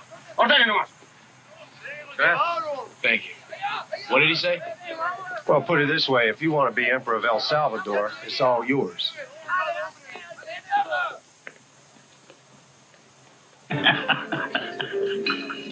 Emperor, huh? Oh, I swear to God, you're wasted at the NSC. You're a natural-born commando. I just wish I was bringing you a better recon report. The Contras in Nicaragua need another 3,000 weapons. The Salvadorans need guns and medicine. If we don't come up with more money soon, it's all going to fall apart. There's no doubt about it. So what does Congress do? They slap a ceiling on funding for the Contras. What about the CIA? Can you guys kick in some money? No, Congress won't let us. What in the hell do those fat cats want? A communist Nicaragua? No, of course not. They don't want to support the resistance for fear of violating somebody's due process. Hiya, Bill. Good to see you. Hey, how are you, Senator? Hey, thanks for the NATO vote. Makes you wonder who the enemy is sometimes. Well, I'll start pressing on my end for more weapons. Yeah, me too. Well, I got one piece of good news. We've asked the president to mine the harbors in Nicaragua while we still have the money. It's a risk, but he's going for it. Super. I thought you'd like that. Well, how's that handsome family of yours, huh?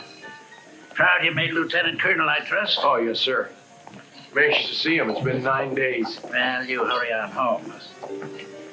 You're soul of the country, the family, don't you think? Yes, sir.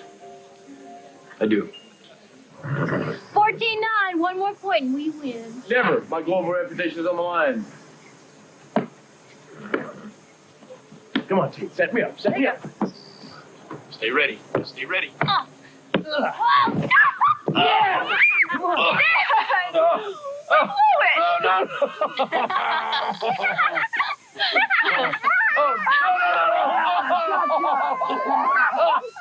Who wants lemonade? Me! I want an ambulance. 2 out of 3. That's a ruthless bunch. I'm telling you. They want more.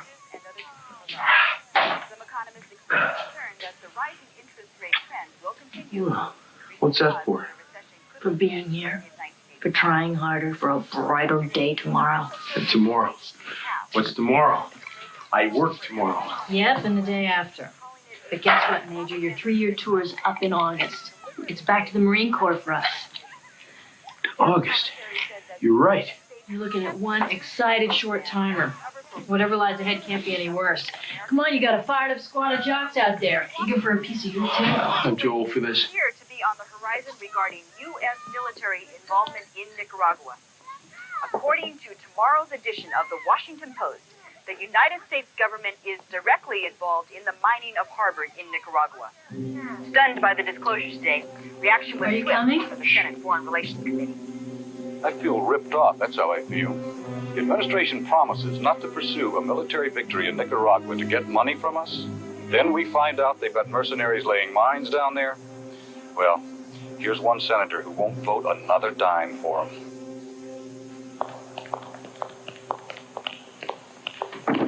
Bud, who leaked? Who knows? An outbid contractor, a ticked-off operative. Is the old man know yet? Yep, it's a disaster. We've asked for another $21 million in aid from Congress, but nobody in the building thinks we have a prayer. Great. What about the Contras? They have to keep them alive until we get another appropriation. How? With mirrors? I don't know. But the president has publicly committed to go to the Hill again and again for the Nicaraguan resistance. It's vitally important that we keep them breathing. The president gave it to me. I'm giving it to you, Ollie. Hold the Contras together. Body and soul. Aye, aye, sir. Say the Contras cut out night flights south of Managua plus training. Their fuel still runs out in July. They can't cut out their oil rates, Ted. Hell, that's your biggest club. Well, they have to cut something. 3 more weeks and the last 24 million from Congress is gone, gents. Excuse me. Do you want your messages now, North, or shall I just stack them neatly? Anyone important? Director Casey asked to see you. He's here at his NSC office.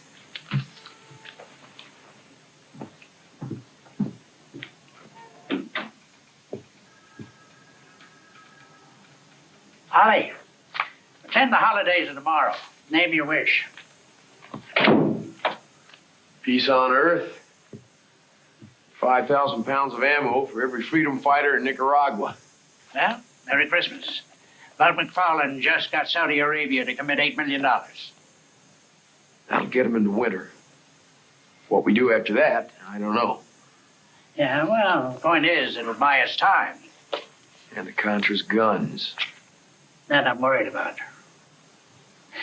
You can sniff the wind as well as I can. Congress is going to pass the Boyle Amendment. Now, that doesn't just end aid. The CIA, DOD, nobody will be able to help the Contras once that's law. Now, what's going to happen when they have to manage their own supplies? Oh, chaos. No standardization, no spare parts. They think a grenade launcher is a rubber band and a stick. Yeah. Well, in short, they can't do it alone. But if we're cut off... Well, they can cut off the government. But they can't stop American know-how. A private party. Exactly. Our kind of guy. No BS. Like? Richard Secord. He was nailed for contract favoritism, wasn't he? Oh, that was a travesty. They never even filed charges. He's a patriot. Will he do it? I don't know. Maybe somebody ought to ask him. Oh, you understand we're talking about a covert operation here. I'll let you know what Secord says.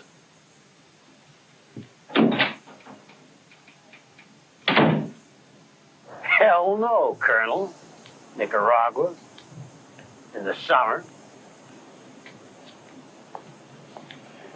The CIA's been down there for 3 years. It's not like you're starting from zero. Those Rambos, all they care about is flying, fighting, and smoking their meat. If they'd have set up a self-sustaining supply structure down there by now, you wouldn't need me or anyone else. The director wants you, General. And your country needs you. Oh, now my country needs me. Where was it a year ago? I was an ex-Air Force Chief of Staff, mister, and just because I knew someone who turned up selling arms to Gaddafi, I had to resign. Your country didn't desert you, General. You were raped, yeah. By a pack of liberal politicians and gutless judges and left-handed reporters. But you know what? Those are the same people that want to dump the Contras. I'm a businessman now. And this is a business proposition. With the usual markup, the CIA is making a fortune selling supplies to the Contras. Don't you think if somebody took over selling those same supplies, they'd profit too?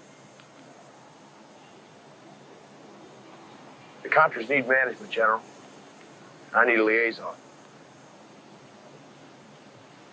What you charge for your services is up to you.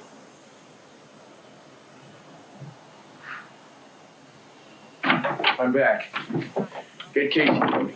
Messages. And this. From Marine Manpower. My orders.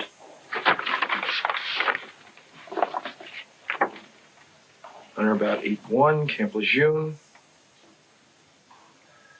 I'm going to be a battalion commander. Oh, sure. Be happy.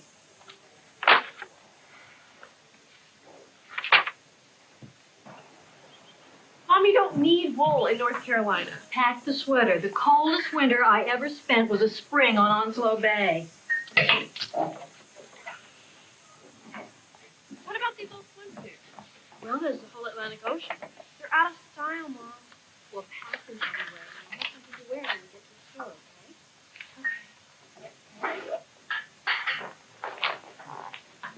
okay? Homesick already? Just some work I wanted to finish. Oh, Sarah, get that, please. Hey. Aren't you the same guy who told me 100 times too long in a suit will ruin me for the Corps? It's time Ollie North did something for himself. Yes, sir. Daddy, it's for you. Thank you, sweetheart. North. Yes, sir. Thank you. Oh, honey, don't you want to sing? What for? Sir. Memories. Mom, we were the Pits in basketball. He wants to remember. You're right. Yes, sir. Dump it. You're right, sir. Yes, I understand. I appreciate your personal involvement, sir. Thank you. Goodbye. Who's that? The Marine Commandant. Honey, Bud McFarland called him. The NSC seems to think I'm indispensable at this point. The Corps canceled my orders.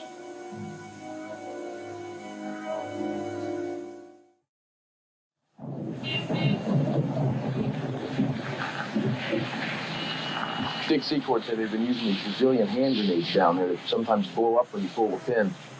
One of our advisors actually told him to tape the damn things. Can you imagine having to untape a grenade before you toss it?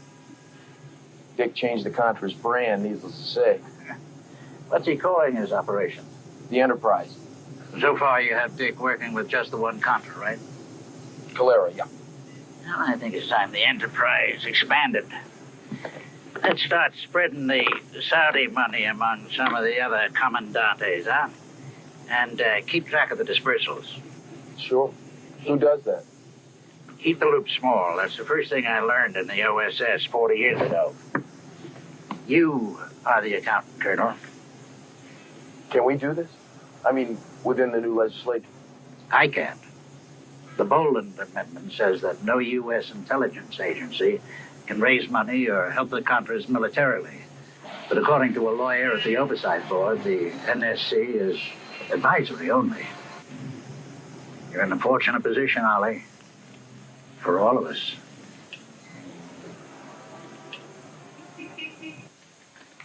This I picked up from a Chinese grocer in New York. Where does Secord come up with these donors? Fortune cookies? He finds them somehow. A lot of good Americans agree with you, Ollie. They'd rather stop those Reds in Nicaragua than Tijuana. Yeah, and God bless them. Hey, Ollie, you have the number of that plumber we were talking about? Aaron. Yeah, well, let me check. What, the Marines are paying in cash now? You know Robert Owen? Aaron Sykes. Hi, Robert. Rob's working for me as a courier to Nicaragua. Oh, well, you're getting your fill of beans and salsa these days, huh? Third trip this month if I make the plane. Oh, you better. You promised to pick up my jade this time. Now, these are the maps of Pueblo Nuevo. Now get out of here. Go, go. I'm on my way over to Langley for a joint briefing. You want to ride? No, I have a meeting here. Listen, Ollie, are those maps for the Contras?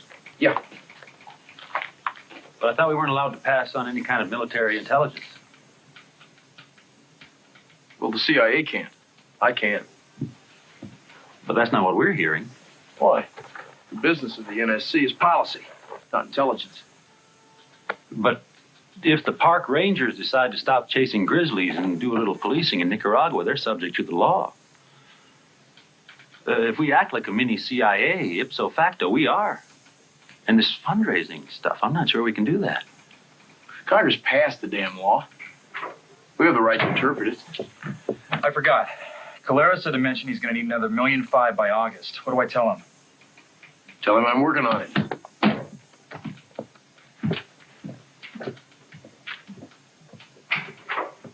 I adore those Contra people for what they're trying to do. That's why I gave you money before. We know you did, Mrs. Cornwell, but the Nicaraguan Democratic Force needs our help more than ever. I wouldn't lie to you, Mrs. Cornwell. They've got courage to spare, but they're hungry. They're poorly clothed, and they desperately need lethal weapons to carry on their fight. And why can't the jackass Congress vote them some money? They kick away enough on welfare, heaven knows. Congress will renew aid eventually, but can the Contras exist till then? If you could just see what it's like down there. Whole towns escaping across the border just to go to church. I met a farmer who came home to find his entire family murdered for giving water to a passing Contra patrol. If the people fighting these pigs don't deserve our support, who does? How much do they need? As a federal employee, I can't discuss money with Mr. Cornwell. Spitz will do that. But I can say this. God bless you. And you too, Colonel.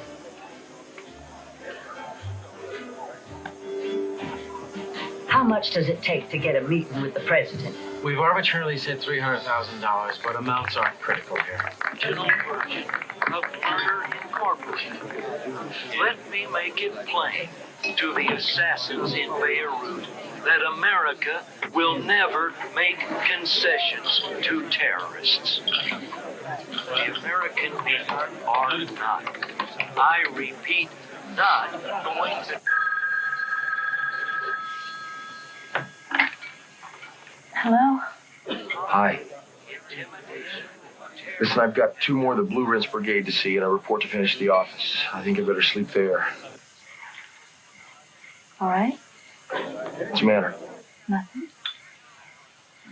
Who's at the dinner? Usual group. Jack, Miller, Spitz, Vaughn. I haven't had 8 hours total sleep in 5 days, Bets. Fine. Stay there. Kids all right? You missed Stuart's Boy Scout meeting. Sorry. I'll catch the next one.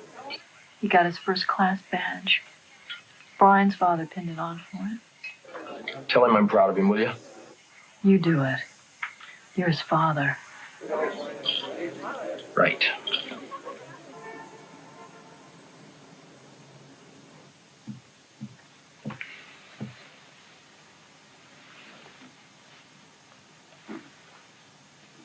My special espresso, French. If this doesn't get you going, I'll phone the Arlington burial detail. Damn, where's Vaughn? Car wouldn't start. I told her I'd take care of everything. Oh, and Bud wants to see you. And if I can do your shirts, you let me know. Aaron. Thanks.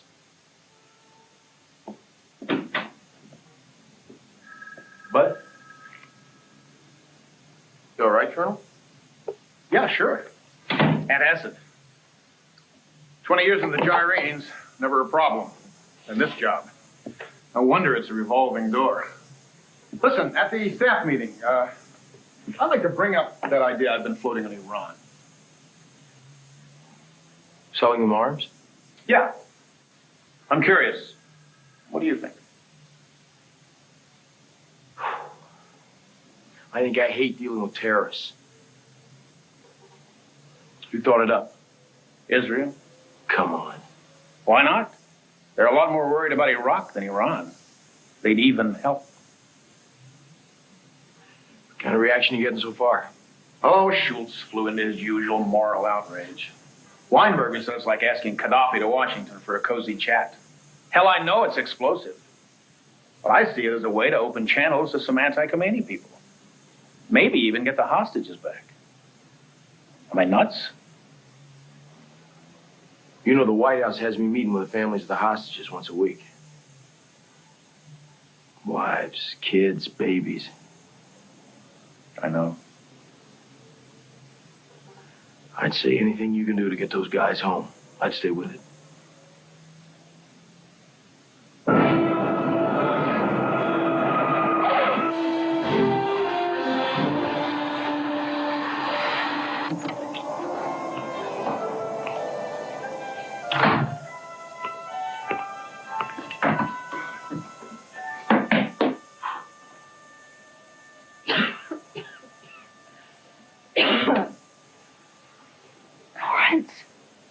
My plane was late.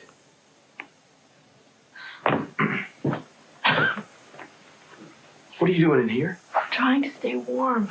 Well, turn up the heat. The furnace can't keep up. The house is too big. My God, you'll all catch pneumonia. We have. All 5 of us.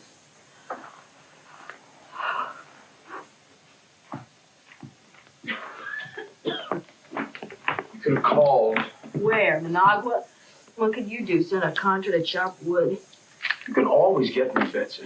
Always. Anytime you can't manage, just... Can't manage? I've been managing for 17 years. I managed this. All I meant was that if the kids are sick... What? What would you do? Jump on the next plane to Washington? I am tired of this, Betsy. I do what I do for my country. I know. What you're doing is important. But you've begun to believe you're the only one. Bearing democracy on your back for the White House. If you fail, democracy fails. Mom, what's wrong? Oh, nothing, honey. It's time for your medicine. I'll do better, Betsy. I swear. Bud McFarland said to call the minute you got in.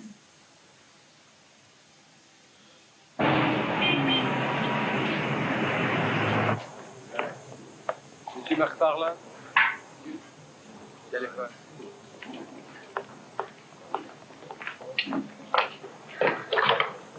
Ollie? Here, Bud. How's Geneva? Run-of-the-mill summit so far. We've got problems with the Iran initiative. What?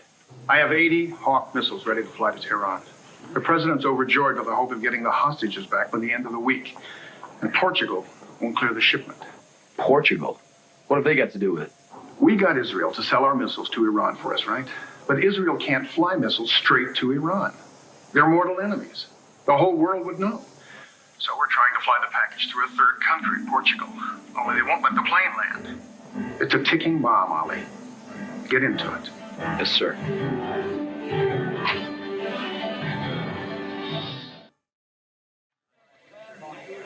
Who's in charge, Pete? Ollie, who else? I don't want a DC-9. The payload's too big. Screws are coming loose, Aaron. Portugal refused clearance. We started looking for another country to land in. Now we find out we got no plane. I'm trying to replace a 747, damn it. Work with us. No plane? The reservations are up on the Israeli El Al. Let's do it at the next booking. Gentlemen, we need an airplane. I'm open to any brilliant suggestions.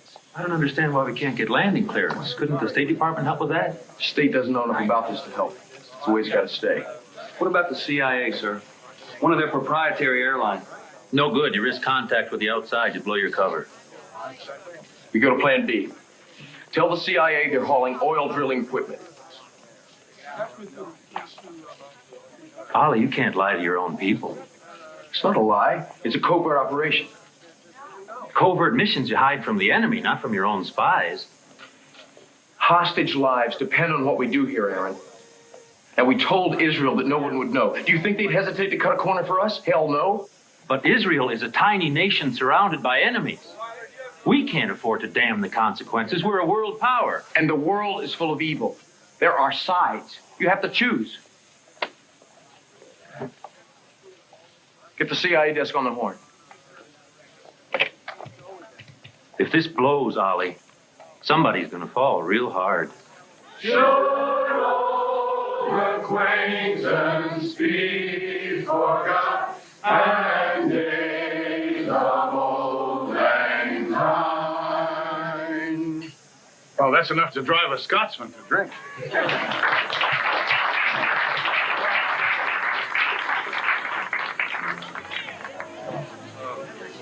I am so sorry, Colonel.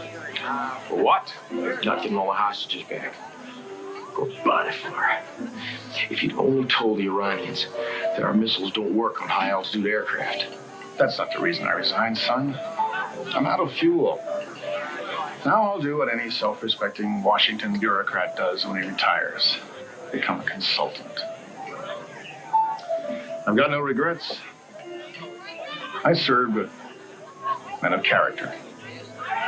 If America knew how much integrity you brought to foreign policy, they'd make you Secretary of State. Colonel,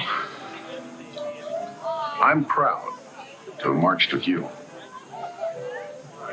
Thank you, sir.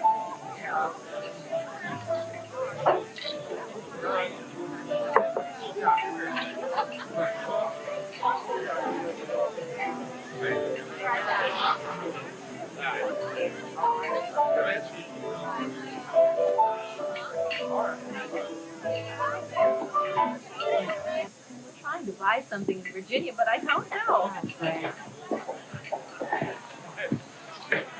Ollie, tough man to lose, huh?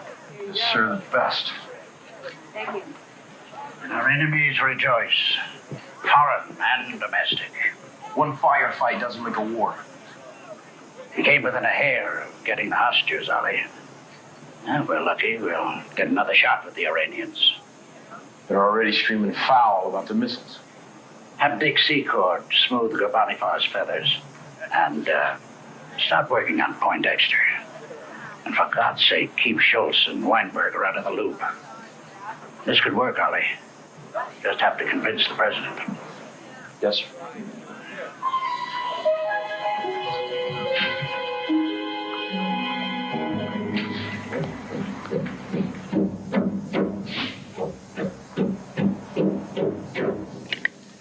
Nancy says, never start the day without a proper breakfast. So, I'm ready, gentlemen.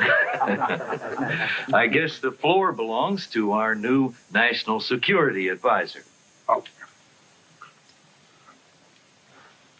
Well, as you know, Mr. President, my predecessor's just come from a London meeting with Mr. Gorbanifar. Perhaps I should review for you. Working through Iranian businessmen, Monachir Gorbanifar, we've made 3 shipments of TOW and Hawk missiles to Iran in a year's time. Prior to each of these deliveries, Iran promised the release of American hostages. To date, we've recovered 1, the Reverend B. Weir. Of course, Iran has had their reasons, dissatisfaction with spare parts, haggling over price. Admiral, I'm running a little late. I wonder if we could get right to Bud's report. Well, sure. What did you find out in London, Bud?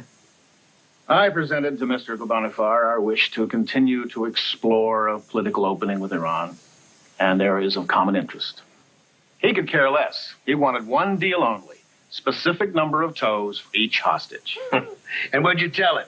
Go pound sand, or words to that effect. Apparently, he thinks he can milk us forever. Gorbanifar is a borderline moron. After our latest delivery fiasco, I think we're agreed.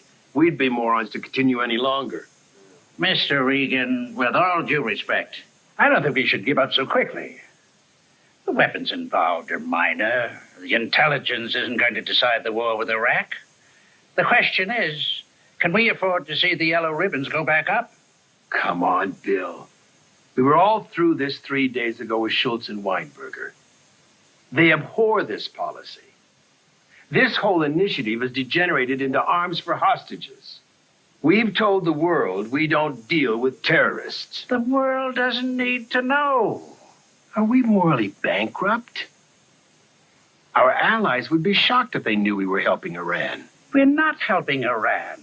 Israel is. And now Israel wants us to replace their missiles, as agreed, and we can't figure out how to keep it from Congress. Well, maybe Israel's our problem. Maybe we should ship the stuff ourselves. It's illegal. A violation of the Iranian weapons embargo and the Arms Export Control Act, which definitely requires us to notify Congress. What happens then? We've got our lawyers looking into that. And there's a chance that maybe... Bill, it's arms for hostages. We can't do that. Mr. President,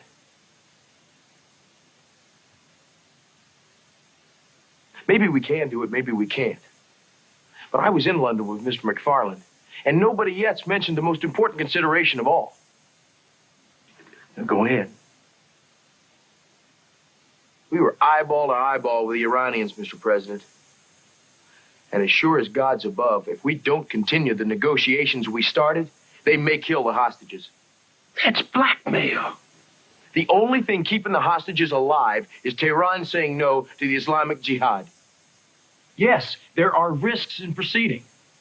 But the risk to those men of not trying one more time is far greater. I'm damned if I know how to face those hostage families and tell them the United States of America won't go another mile to help the ones they love.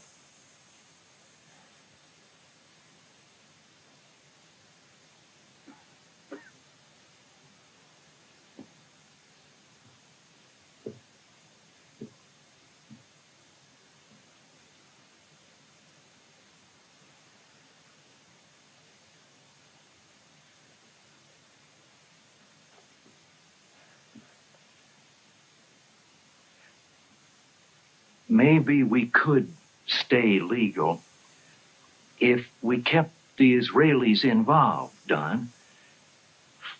Mr. President, how can we continue? I don't know.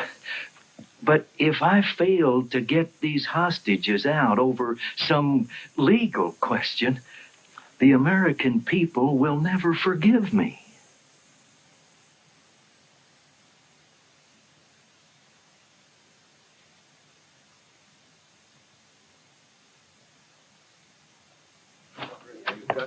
There may be no way to do this. Forget Israel. What's our choice? If we mask the shipment through a third country, the entire planet may find out. If we sell the missiles direct, we have to report to Congress. There's no way around the law. There's always one way with another law. Now, some of my people think that if the CIA is involved, we could sell direct to Iran under the Economy Act. Can we do that? Oh, we could draft a finding. Take 20 minutes, a pen, sheet of white bond. The question is, can we get the president to sign it? We could hide the whole thing inside the CIA? Damn, Bill, that'd be a godsend. I mean, the CIA'd still have to negotiate with Gorbanifar. Unless we brought in an expert. Now, if the president would let us sell missiles directly to Iran through the CIA, we could commission Dick Secord, an agent of the CIA. Our own commercial cutout. We'd own the store.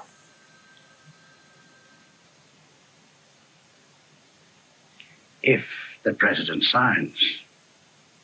Okay, fine. Let us know the minute the Admiral comes back. Thank you. Contras B1s if I could. But until something breaks, there is no cash. Dick, let me get back to you. Well? Poindexter's office says he's still in with the president. How long does it take to sign a piece of paper, for crying out loud? I don't like this. Casey's not in there, I'm not in there. Will you sit down? You're driving me crazy. It's a short drive around here. And that is a terrible habit. Just like my dad. Brother, okay? Don't beat me when I'm down. North. The president signed the finding. Call Gorbanifar and pack your bags. I'm on my way, sir. Don't take any crap from the rug merchant, Ollie, but make it work. It's our boat on the line now. We better damn well get the hostages. Right.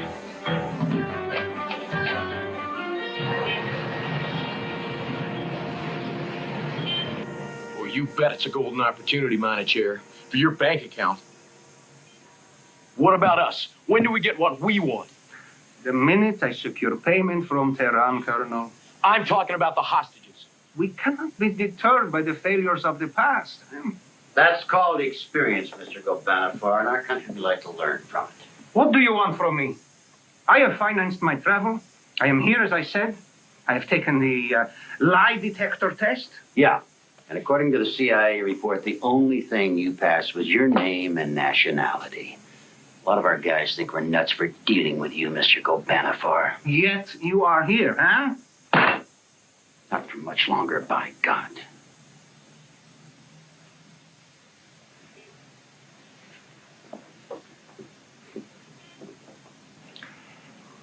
I wish to speak with Colonel North alone.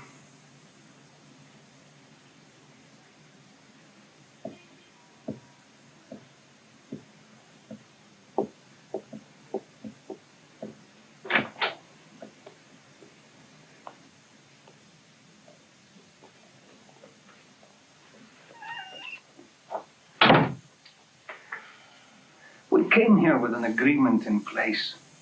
The Iranian government will respond this time. I know it. We're not confident, Monichair. Not confident at all. But you have so much to gain. The hostages? If we ever get them. Trade with Iran? Maybe. Profits from the arms sales? Unimportant. Oh. You and General Secord have no use for what we know could be profits in the millions? Nowhere to spend it. Not even Nicaragua? I am just a businessman, Ollie. I have no other skill, but I do know opportunity like a brother. Do you?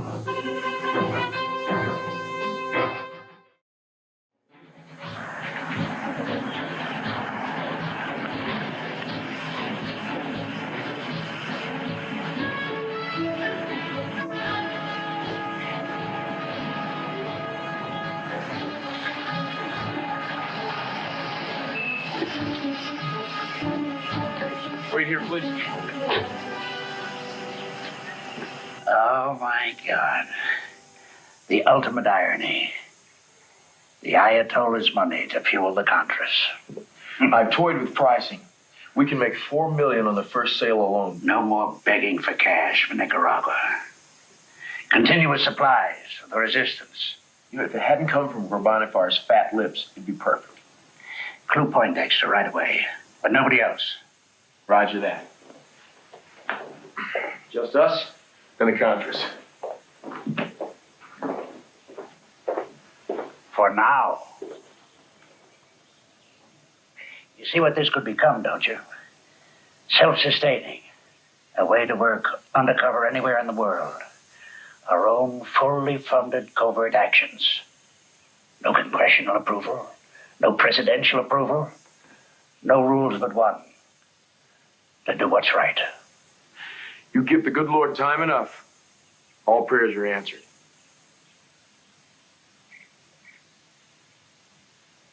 I told the president the first 500 tows will reach Iran February 17. That still holds? Yes, sir. If all goes well, we get our hostages back Sunday the 23rd. Keep me posted. Yes, sir. We estimate the residual profits, by the way, at $5 million plus. What about the diversion? Using the Iranian profits in Nicaragua. I take it you've tested the waters? You approve? I approve. Thank you, sir.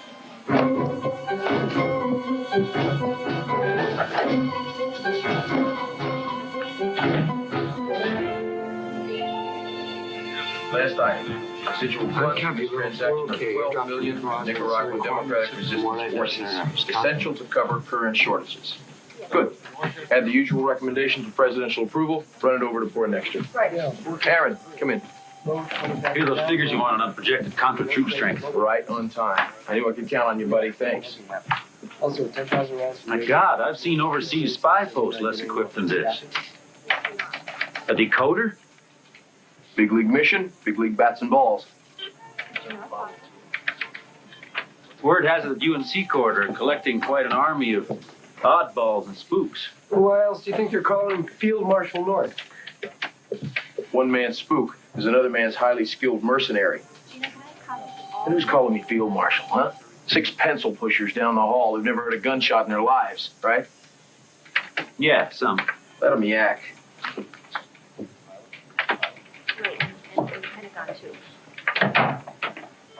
I wish that's all they were yakking about.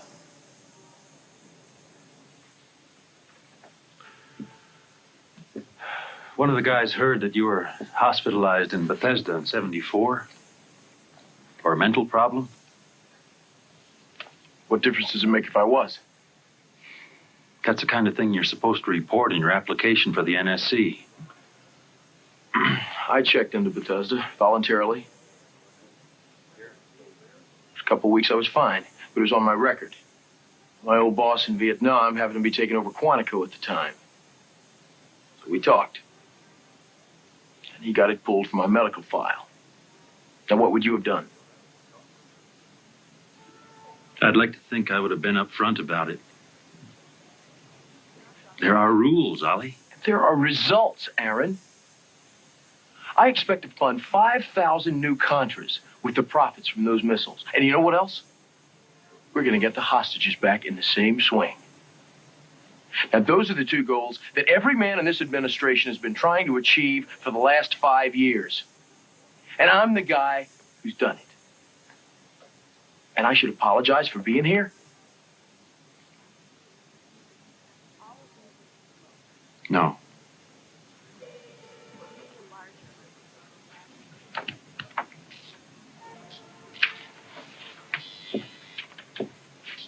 See you at the show Sunday? Show? The horse show. Our kids are riding. Maybe. I'll have Betsy call Marge.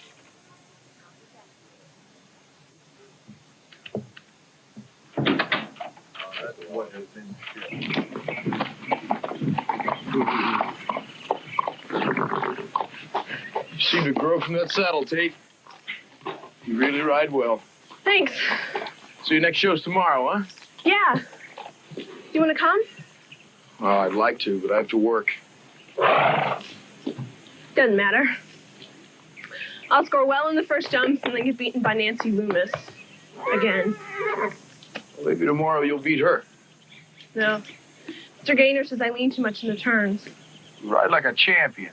You tell him he's nuts. He's an expert, Dad. And I'm not? Nowhere close. Well, I'll tell you what. I can beat you back to the house, young lady. Come on. Yeah.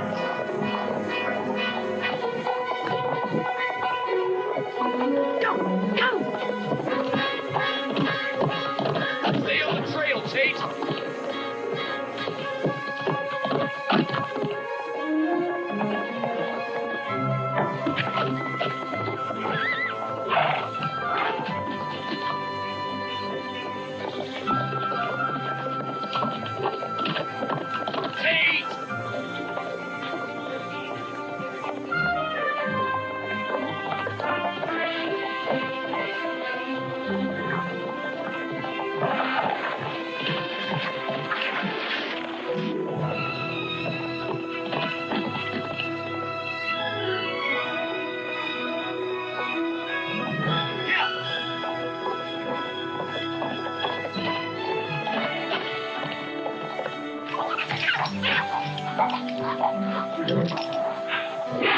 Good Lord, Tate. What are you trying to do? Beat you?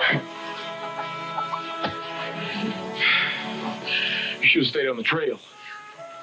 Where you could race me, side by side, until the last second, then let me win. Charge me up for tomorrow? It was old the day I had high school, Dad. You don't always have to win, Tate. Second place is okay sometimes. Nobody comes to see second place. Come on.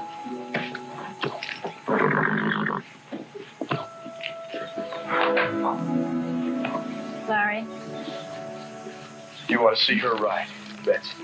Everything I wanted to teach her, she already knows.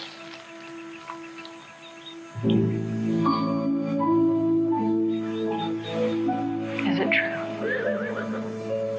Left-wing horse dung. Is it true? Was I at a fundraiser? Yes. Was I raising funds for the Contras? No.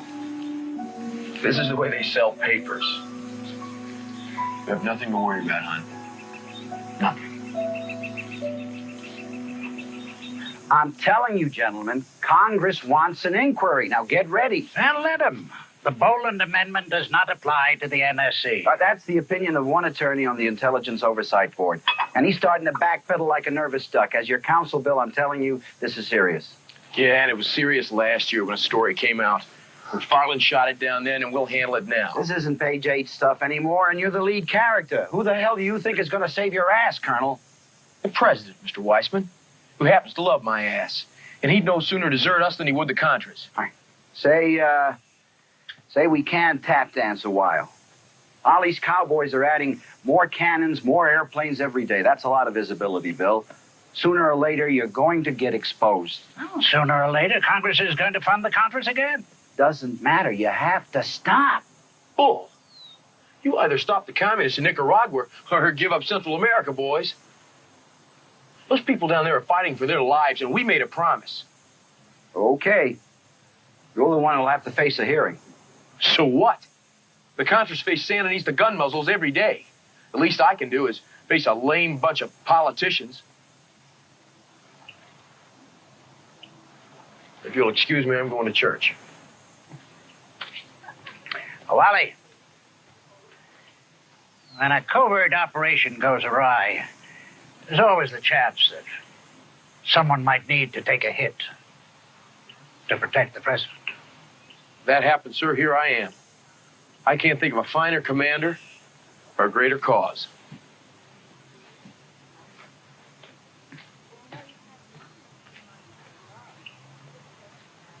You understand, Colonel, that the Boland Amendment during the period of time in question made it illegal for the U.S. government to help the Contras militarily in any way. I'm quite familiar with the Boland Amendment, Mr. Hamilton. I have explained to the Contras many times the limitations it places on our support. Very well. Then would you please inform this committee of the United States Congress if you have ever violated this amendment? I will tell you that I have not, in any way or at any time, violated the spirit, principles, or the legal requirements of the Boland Amendment. What about your relationship to Robert Owen? I know him casually. Have you ever given him guidance in the matter of Contra support? No. Ever given them military assistance or intelligence? No, sir.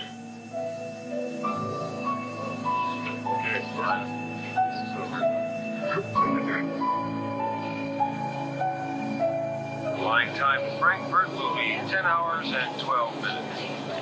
This new contact's a certified hero in the Iranian Revolutionary Guard. To murder his credit, he describes Bonifar as an out-and-out crook. How do we know he's any better? What I hear, he's mouthing the same crap as the rug merchant. What, the markup? Yeah. Claims the Iranians got a hold of a price list from the CIA, accusing us of overcharging them 600%. Bull. That's not a penny over 500.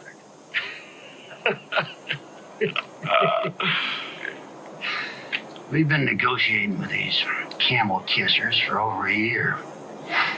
Think you'll ever get back the hostages? The truth? Yeah. I don't know if it'll pay off at home. But look what it's doing for Nicaragua. Transatlantic Airlines passenger Richard Seacott. Quiet courtesy telephone, please. It's right over there, Dick.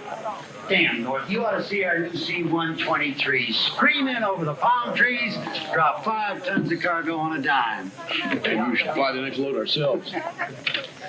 Dick Seacott. Son of a bitch. What's wrong? Sandinista shot down one of our aircraft.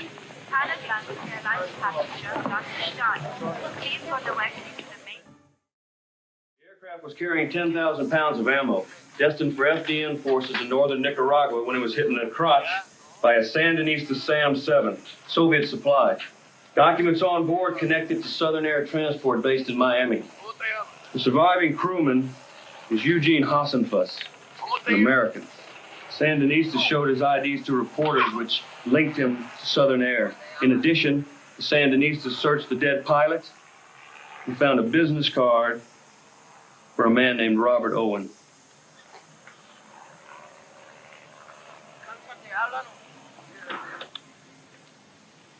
Also, we just heard from our station in Central America. The Sandinistas just raided a Contra safe house in El Salvador. They turned up records of Colonel North's White House phone number. All right, Pete. Thank you.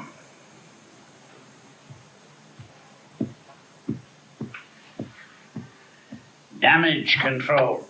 Nothing you can do about Hassenfuss. He's a cooked goose. He's a private citizen. The president announced properly that the U.S. government is not involved. Until the Sandinistas stage a trial and he starts singing like the third act from Carmen. What about your phone number, Ollie? So I socialize with Contras. Your personal courier, Owen, he dates Contras too? Whose side are you on, Len?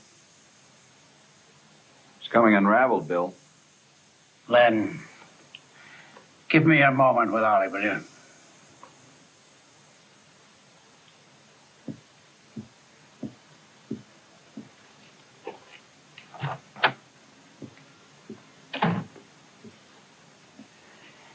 We've got other problems. Bonifar and his cronies stand to lose millions in our switch to the second channel. They threaten to blow the tide of Central America. Poor Bonifar doesn't have the guts to blow a kiss.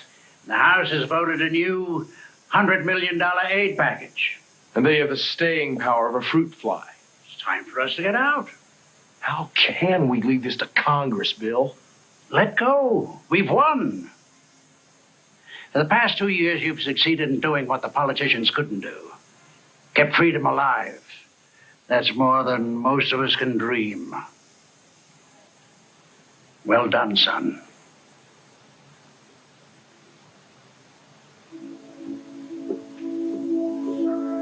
Thank you, sir. Now, it may be possible for the CIA to buy up General Seacourt's assets. Any idea how much he spent or kept? No, sir. No idea.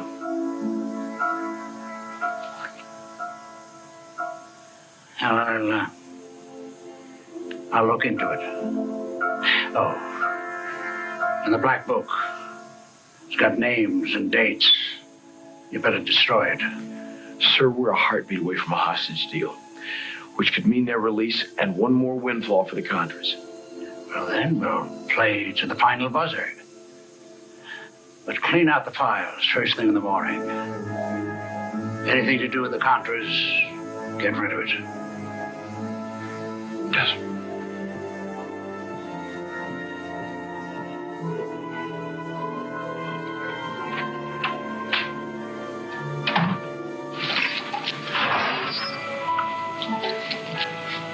Are you sure?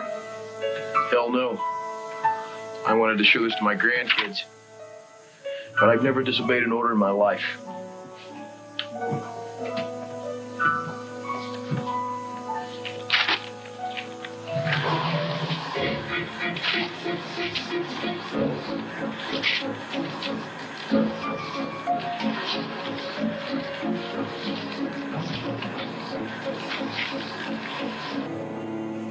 Repeating our 5 o'clock news headline. According to reports published today in Beirut, the United States government is actively engaged in the selling of military weapons to Iran in exchange for American hostages. The deal, already dubbed Arms for Hostages, has outraged congressional leaders.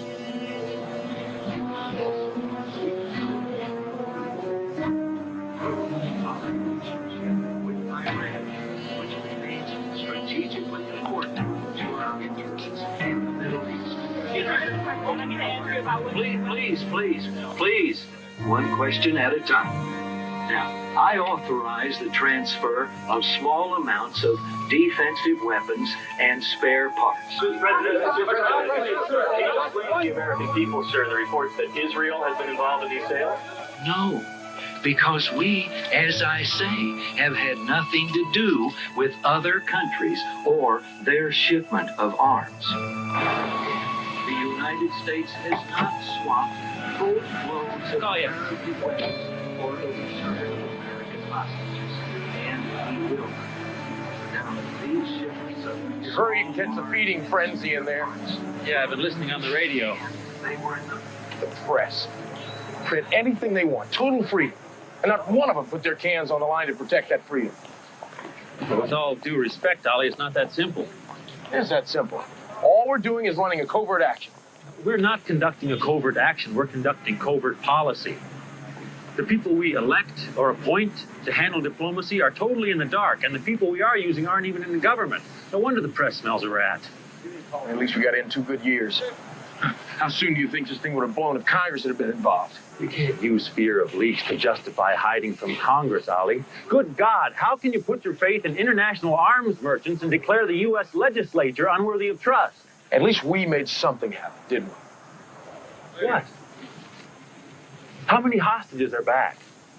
For all those missiles you sold to the same damn people who blew up barracks and murdered 241 American boys. Shame on us. We tried the only thing we thought could work. Just like in Nicaragua. Yeah, we lied about that, too. Oh, wake up and smell the dog crap, Aaron. We're fighting for democracy down there. By keeping it a secret from democracy here? Sell that somewhere else, Colonel.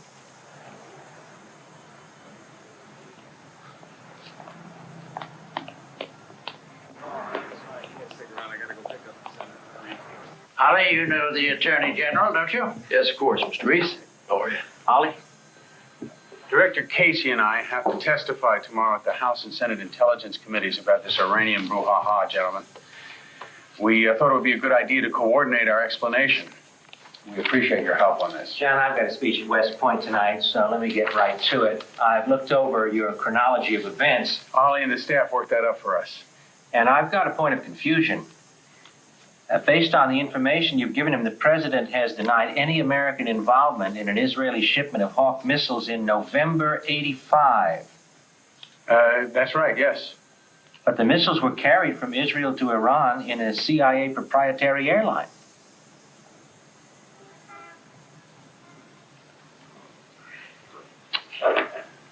Well, I was involved in that, sir. Maybe I can explain. The Israelis came to us because they felt they were near a diplomatic breakthrough with Iran. They asked one of our people to find an airline that could discreetly deliver a cargo to the Iranians. Now, we've been giving them holy hell for selling missiles earlier to the Ayatollah. So they told us that the cargo was oil drilling parts. Now, based on that, I helped them look for a plane. We approved the request because we believe the cargo to be just that. Oil drilling equipment. I see. But the statement tomorrow, I think it'd be clearest, instead of getting into who knew the cargo was what, if we just say no one in the U.S. government knew at the time that the cargo contained arms. That's fair. Okay. I'll buy that.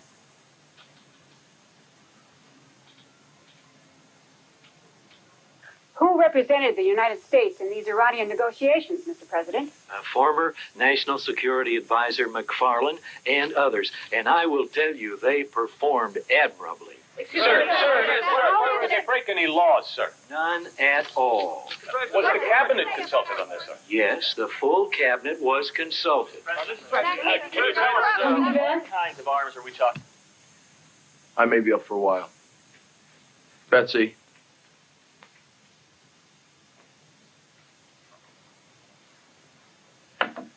I know we don't talk much about what I do, where I go. But this thing in the paper is getting sticky. For whom? The NSC. Maybe me.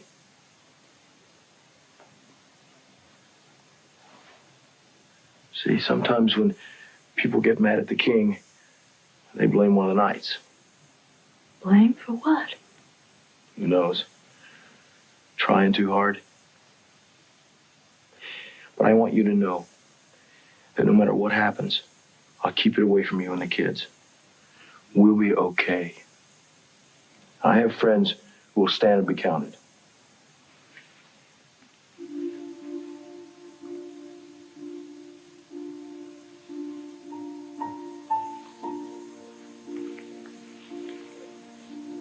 Well, this is your best friend.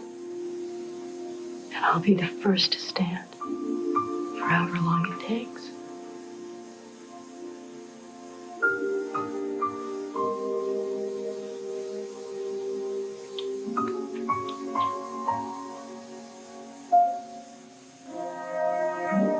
Besides, the king's on our side.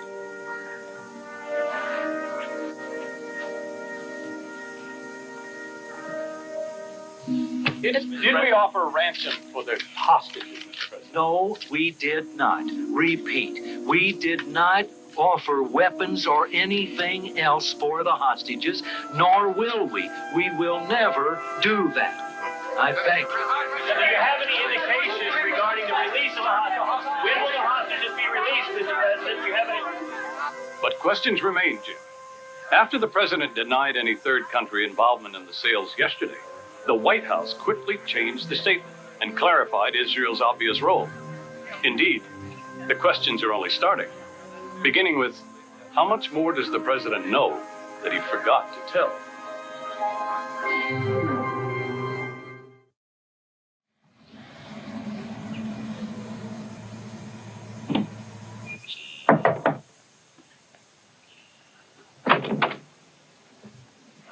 Make it a double Windsor, Admiral.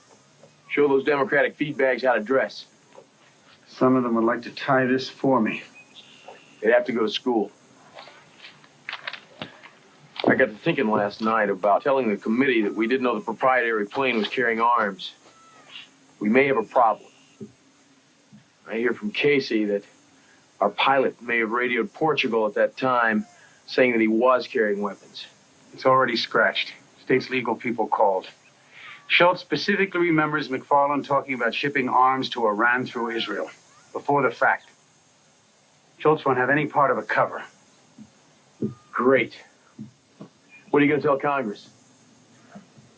I'll just ad-lib. Look, don't sweat Iran.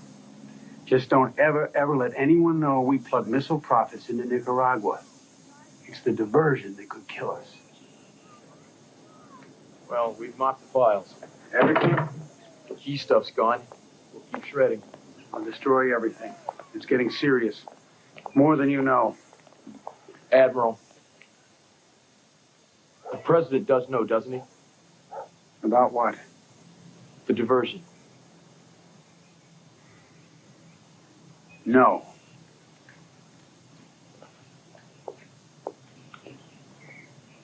Oh, what can I say, Ali? I thought you understood. Okay, Schultz and Weinberg are fine. But how can the president not know? Well, like a good soldier, Poindexter never told him. Deniability, son. First rule of covert action. What the top man doesn't know, he can't be held accountable for. You wouldn't want a rinky-dink operation like this to bring down the president, would you? No, sir. I'll take the heat. I'll resign. I've said that all along. Well, actually, he may not be big enough to take the fall. May go higher. Poindexter, maybe. Dave, I'm ready to get back to the office. Have you thought about a lawyer? No, I haven't. Well, you'll probably be getting a visit from the Justice Department. Might look around.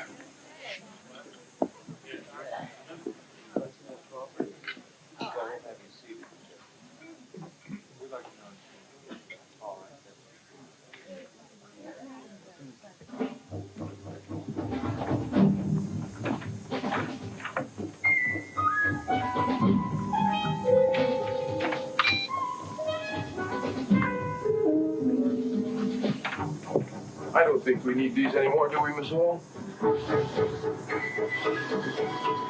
Did you finish altering those memos? Everything you gave me. Good. We made it.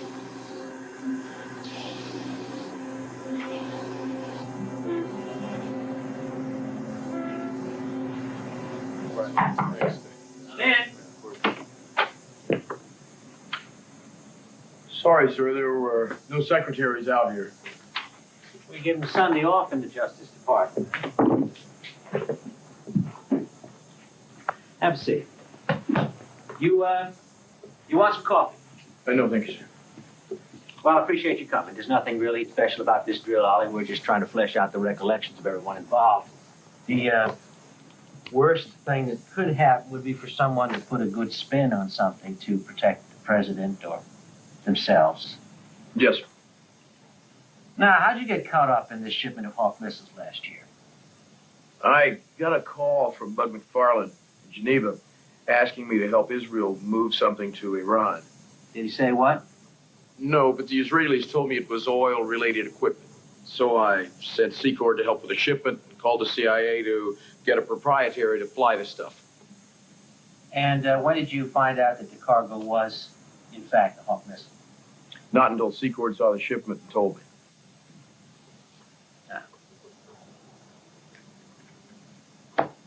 Take a look at this document, will you? By the way, did you think of these missile shipments as an arms for hostages deal, Ollie? There was a lot of talk of a strategic opening with Iran, but frankly, with the president, it always came back to the hostages. Interesting. Well, the money that Iran paid for the Hawk missiles, what was the flow of cash on that? Iran paid the Israelis, who in turn paid into a CIA account, which reimbursed the army for the weapons. From Iran to Israel to us. Correct. What about the monies that went to Nicaragua? I beg your pardon?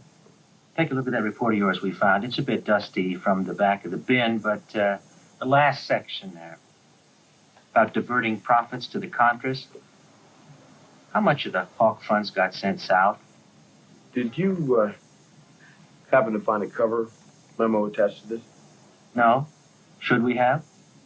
No, I was just wondering. If the president approved this diversion, you'd have a record of it, wouldn't you? Yes, but I don't think this was ever approved by the president. Well, who in the U.S. government knew about this? About the diversion of funds. Uh-huh. Poindexter, McFarland, and myself. Just you three? Yes.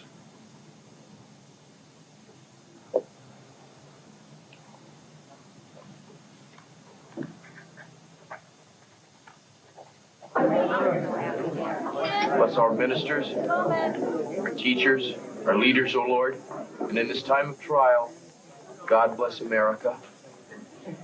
And Lord, most of all, as this family begins a new journey, bestow upon us the blessings of your Holy Son's sacrifice. And with every end, there's a new beginning. Amen. Amen. What journey? We're going on a trip? I went to Disney World.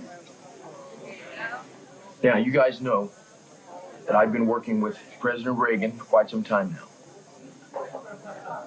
Your mother and I have thought it over, and I've decided to leave the White House. To do what? Go back to being a Marine. Does that mean we have to move again? Maybe, but we've done that before. No matter the storm, we always sail true north, right? Right. Hey. Why are you quitting, Dad? Instead of waiting for new orders? I guess I feel I've done all I can in Washington.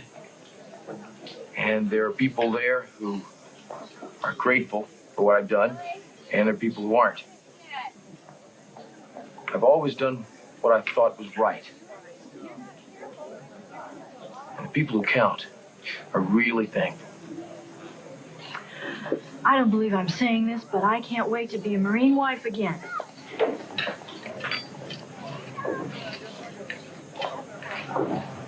Semper Fi. Can you give us your thoughts on the controversy surrounding this administration's actions?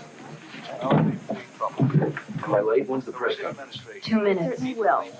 The American people not to bargain. Right. But now we Yes. find out that simply isn't the case. I never liked people who wear wingtip shoes anyway. Oh, you know how these things go. I'll be reassigned, and that'll be that.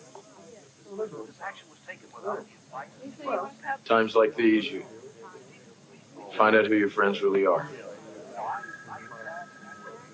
Speaking of which, I've got an office full. I'll talk to you soon. Where was this? East of Managua, 84. We found those guys. They hadn't eaten in 4 days. There's just so much more you wanted to do. David, we're still here. We're waiting for the president to arrive. He should be here. Just think of all we did do. We saved Grenada. We stopped the communists in Nicaragua. Heck, you and I have done more in 3 years here than most could pull off in a career. It's just so unfair that you're the one that has to leave. All I ever wanted to do was serve the president. If I've done that well, what else matters? Holly, it's starting.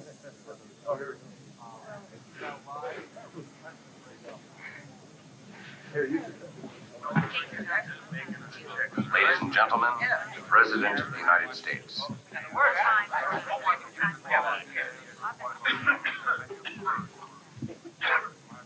Last Friday, after becoming concerned whether my national security apparatus had provided me with a complete factual record with respect to the implementation of my policy toward Iran, I directed the Attorney General to undertake a review of this matter over the weekend.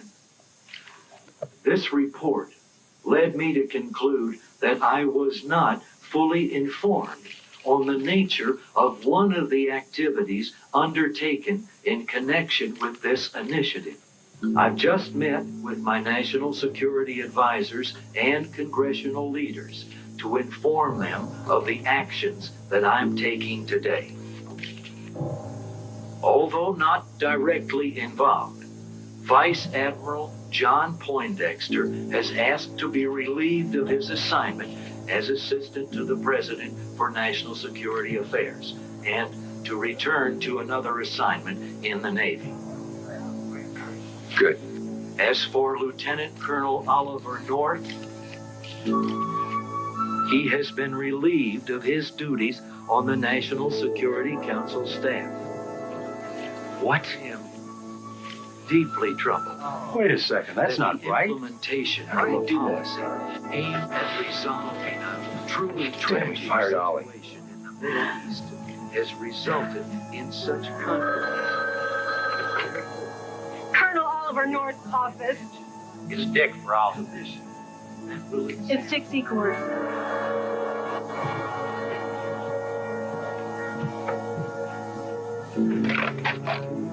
Dick? You have a lawyer? No, not yet. Well, I do. We'll meet you at the Sheraton. When? Now, for God's sake.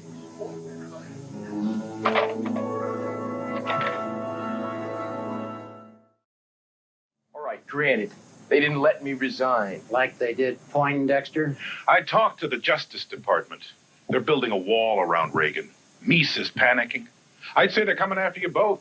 For what? For following orders? Everything I did was authorized. Poindexter met with the president this morning in front of Bush, Mies, and Reagan. You know what the good admiral said when it came time to admit to the boss that he had approved the diversion? Nothing. I don't believe it. He told me he wanted time to think. About what, Ollie? How to own up or how to escape? Bush called me a half an hour ago. He's on my side. The only guy that can save you or me now is the commander-in-chief. Now, if he doesn't stop this snowball, it's going to bury us.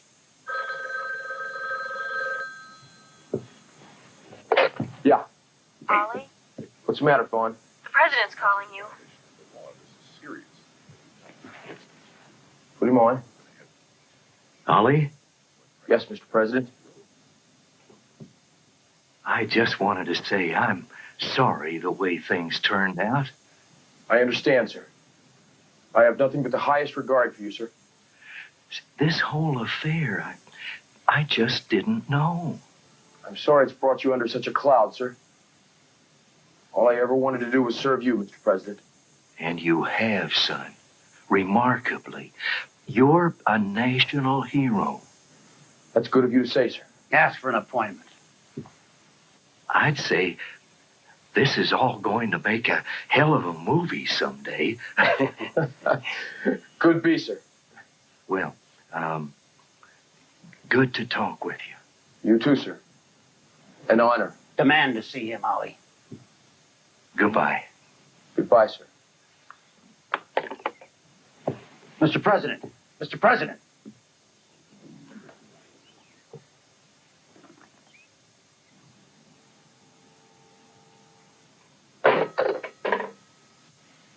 Called me a hero. A hero? Who do you think you are, Lancelot? I had stars on my shoulders, and they knifed me in a blink. Now, what do you think they're going to do to a lieutenant colonel? You never personally served a grateful president, Dick. I'm sorry, but that's the difference. Jeez.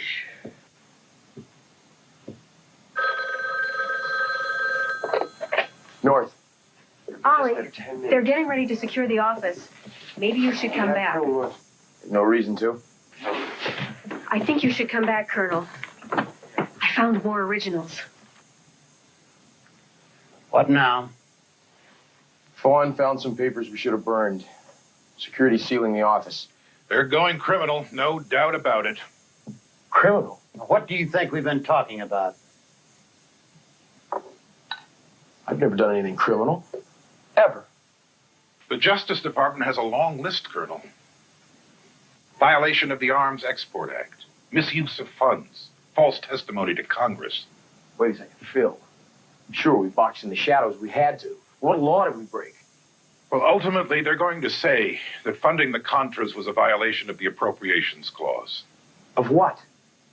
Of the Constitution, Ollie. Of the United States. Funding is the job it gives to Congress. You're saying jail? You poor, dumb, miserable bastard.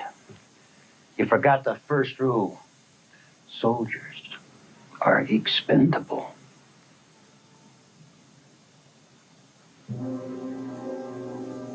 Vaughn, clear up Phil Jenner into the office.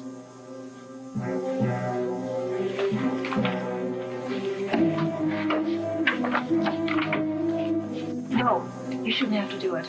I will. You watch for the guards.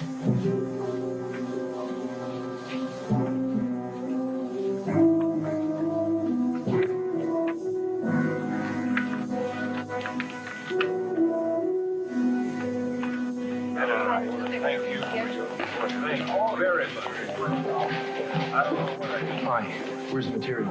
Taken care of.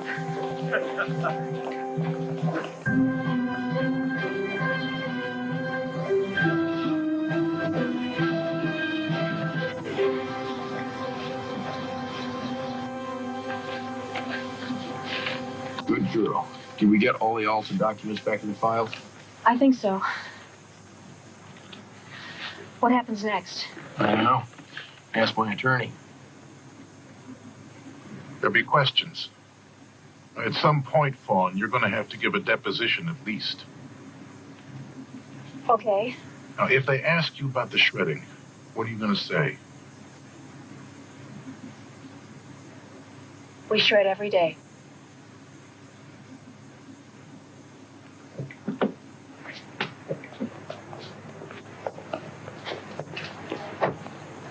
Whatever happens, remember, you helped save lives. You did good, kid.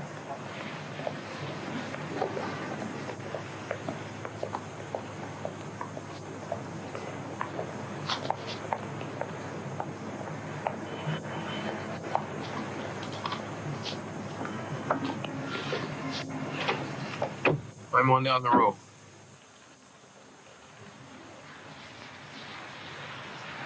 I wish I'd known she took those papers, Ollie. Don't worry about that. Thanks, Phil. I'll be in touch. Ollie. The truth is, I don't think I can represent you. Why not? Dick's my client. You're going to need your own man. I could recommend someone. Somebody good? The best. If you're going to need him, don't talk to anyone. The press, Justice Department, no one. No problem. And for heaven's sake, be careful about grabbing any more documents. Why? It's a security violation. They got them. But it's illegal for you to take them. They declared war, Mr. Jenner. I learned a long time ago there's only one way to fight a war. To win. I am just advising. You could be asking for trouble.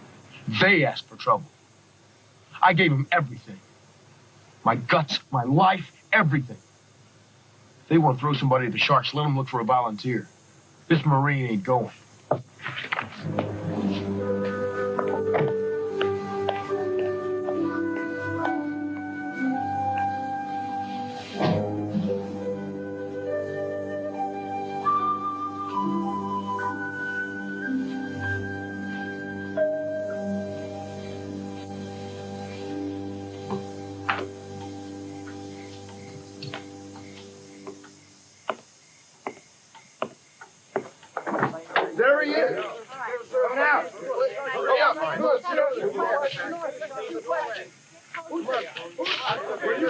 Quite a gauntlet of reporters down by your gate.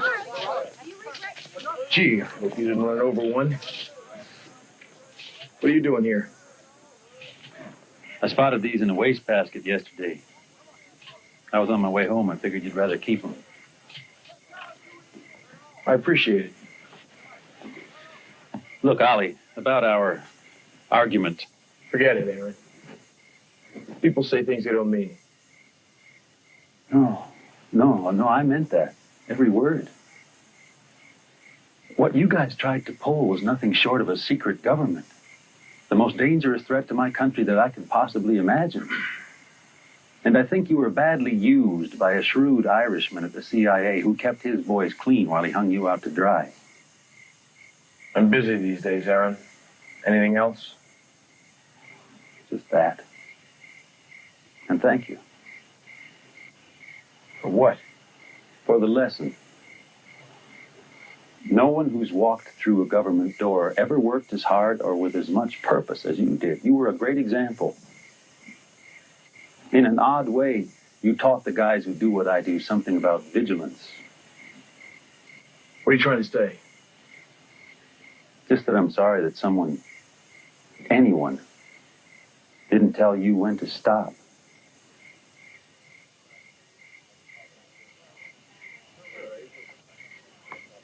Sleep tight tonight, Aaron. Go ahead and cozy up to that pink position, while guys like me are slugging it out in the real world for you and yours. Whatever happened to you? What happened to that officer I met 6 years ago? When did every single decision become a battle between good and evil? A Marine does what it takes. I fight any way I can. Bite, scratch, lie.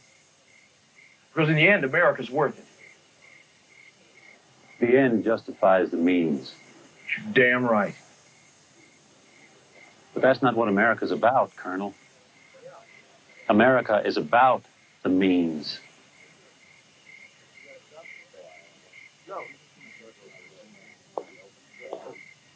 Oh, he's going up. Sir. Sir. Hey, sir, just one question. We asked you to come aboard. Possibly. Mr. North. Well, please. One question, sir. Mr. North, what's the next one, Mr. North? Colonel, could you just come down this way? Couple questions.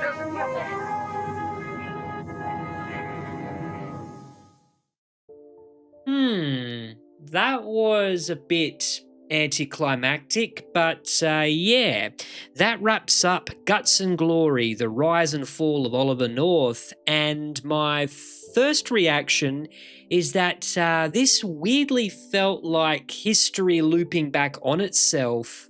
I'll preface this by saying that I didn't know much about Oliver North or the Iran-Contra scandal going in, so I largely had to take the film at its word.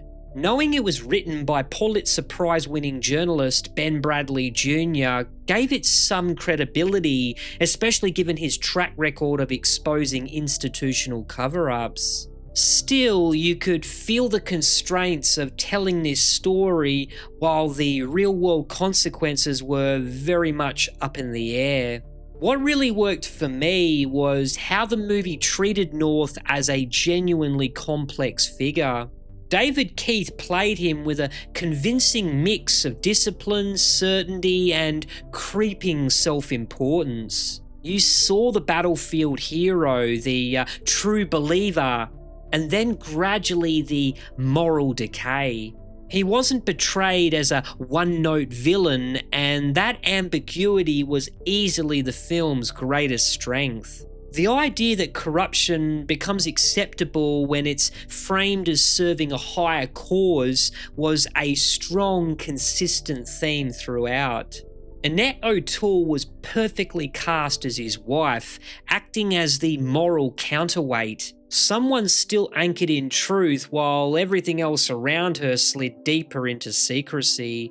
Terry O'Quinn and Peter Boyle brought a chilling institutional calm to the higher-ups, like men who didn't want to get their hands dirty but were still comfortable giving out the orders. Well, to be fair, Terry's character did get cold feet about it in the end. On the downside, the writing felt very dense. It leaned heavily on exposition, major events flew by with barely any breathing room, and skipping the congressional hearings made the ending feel abruptly unfinished.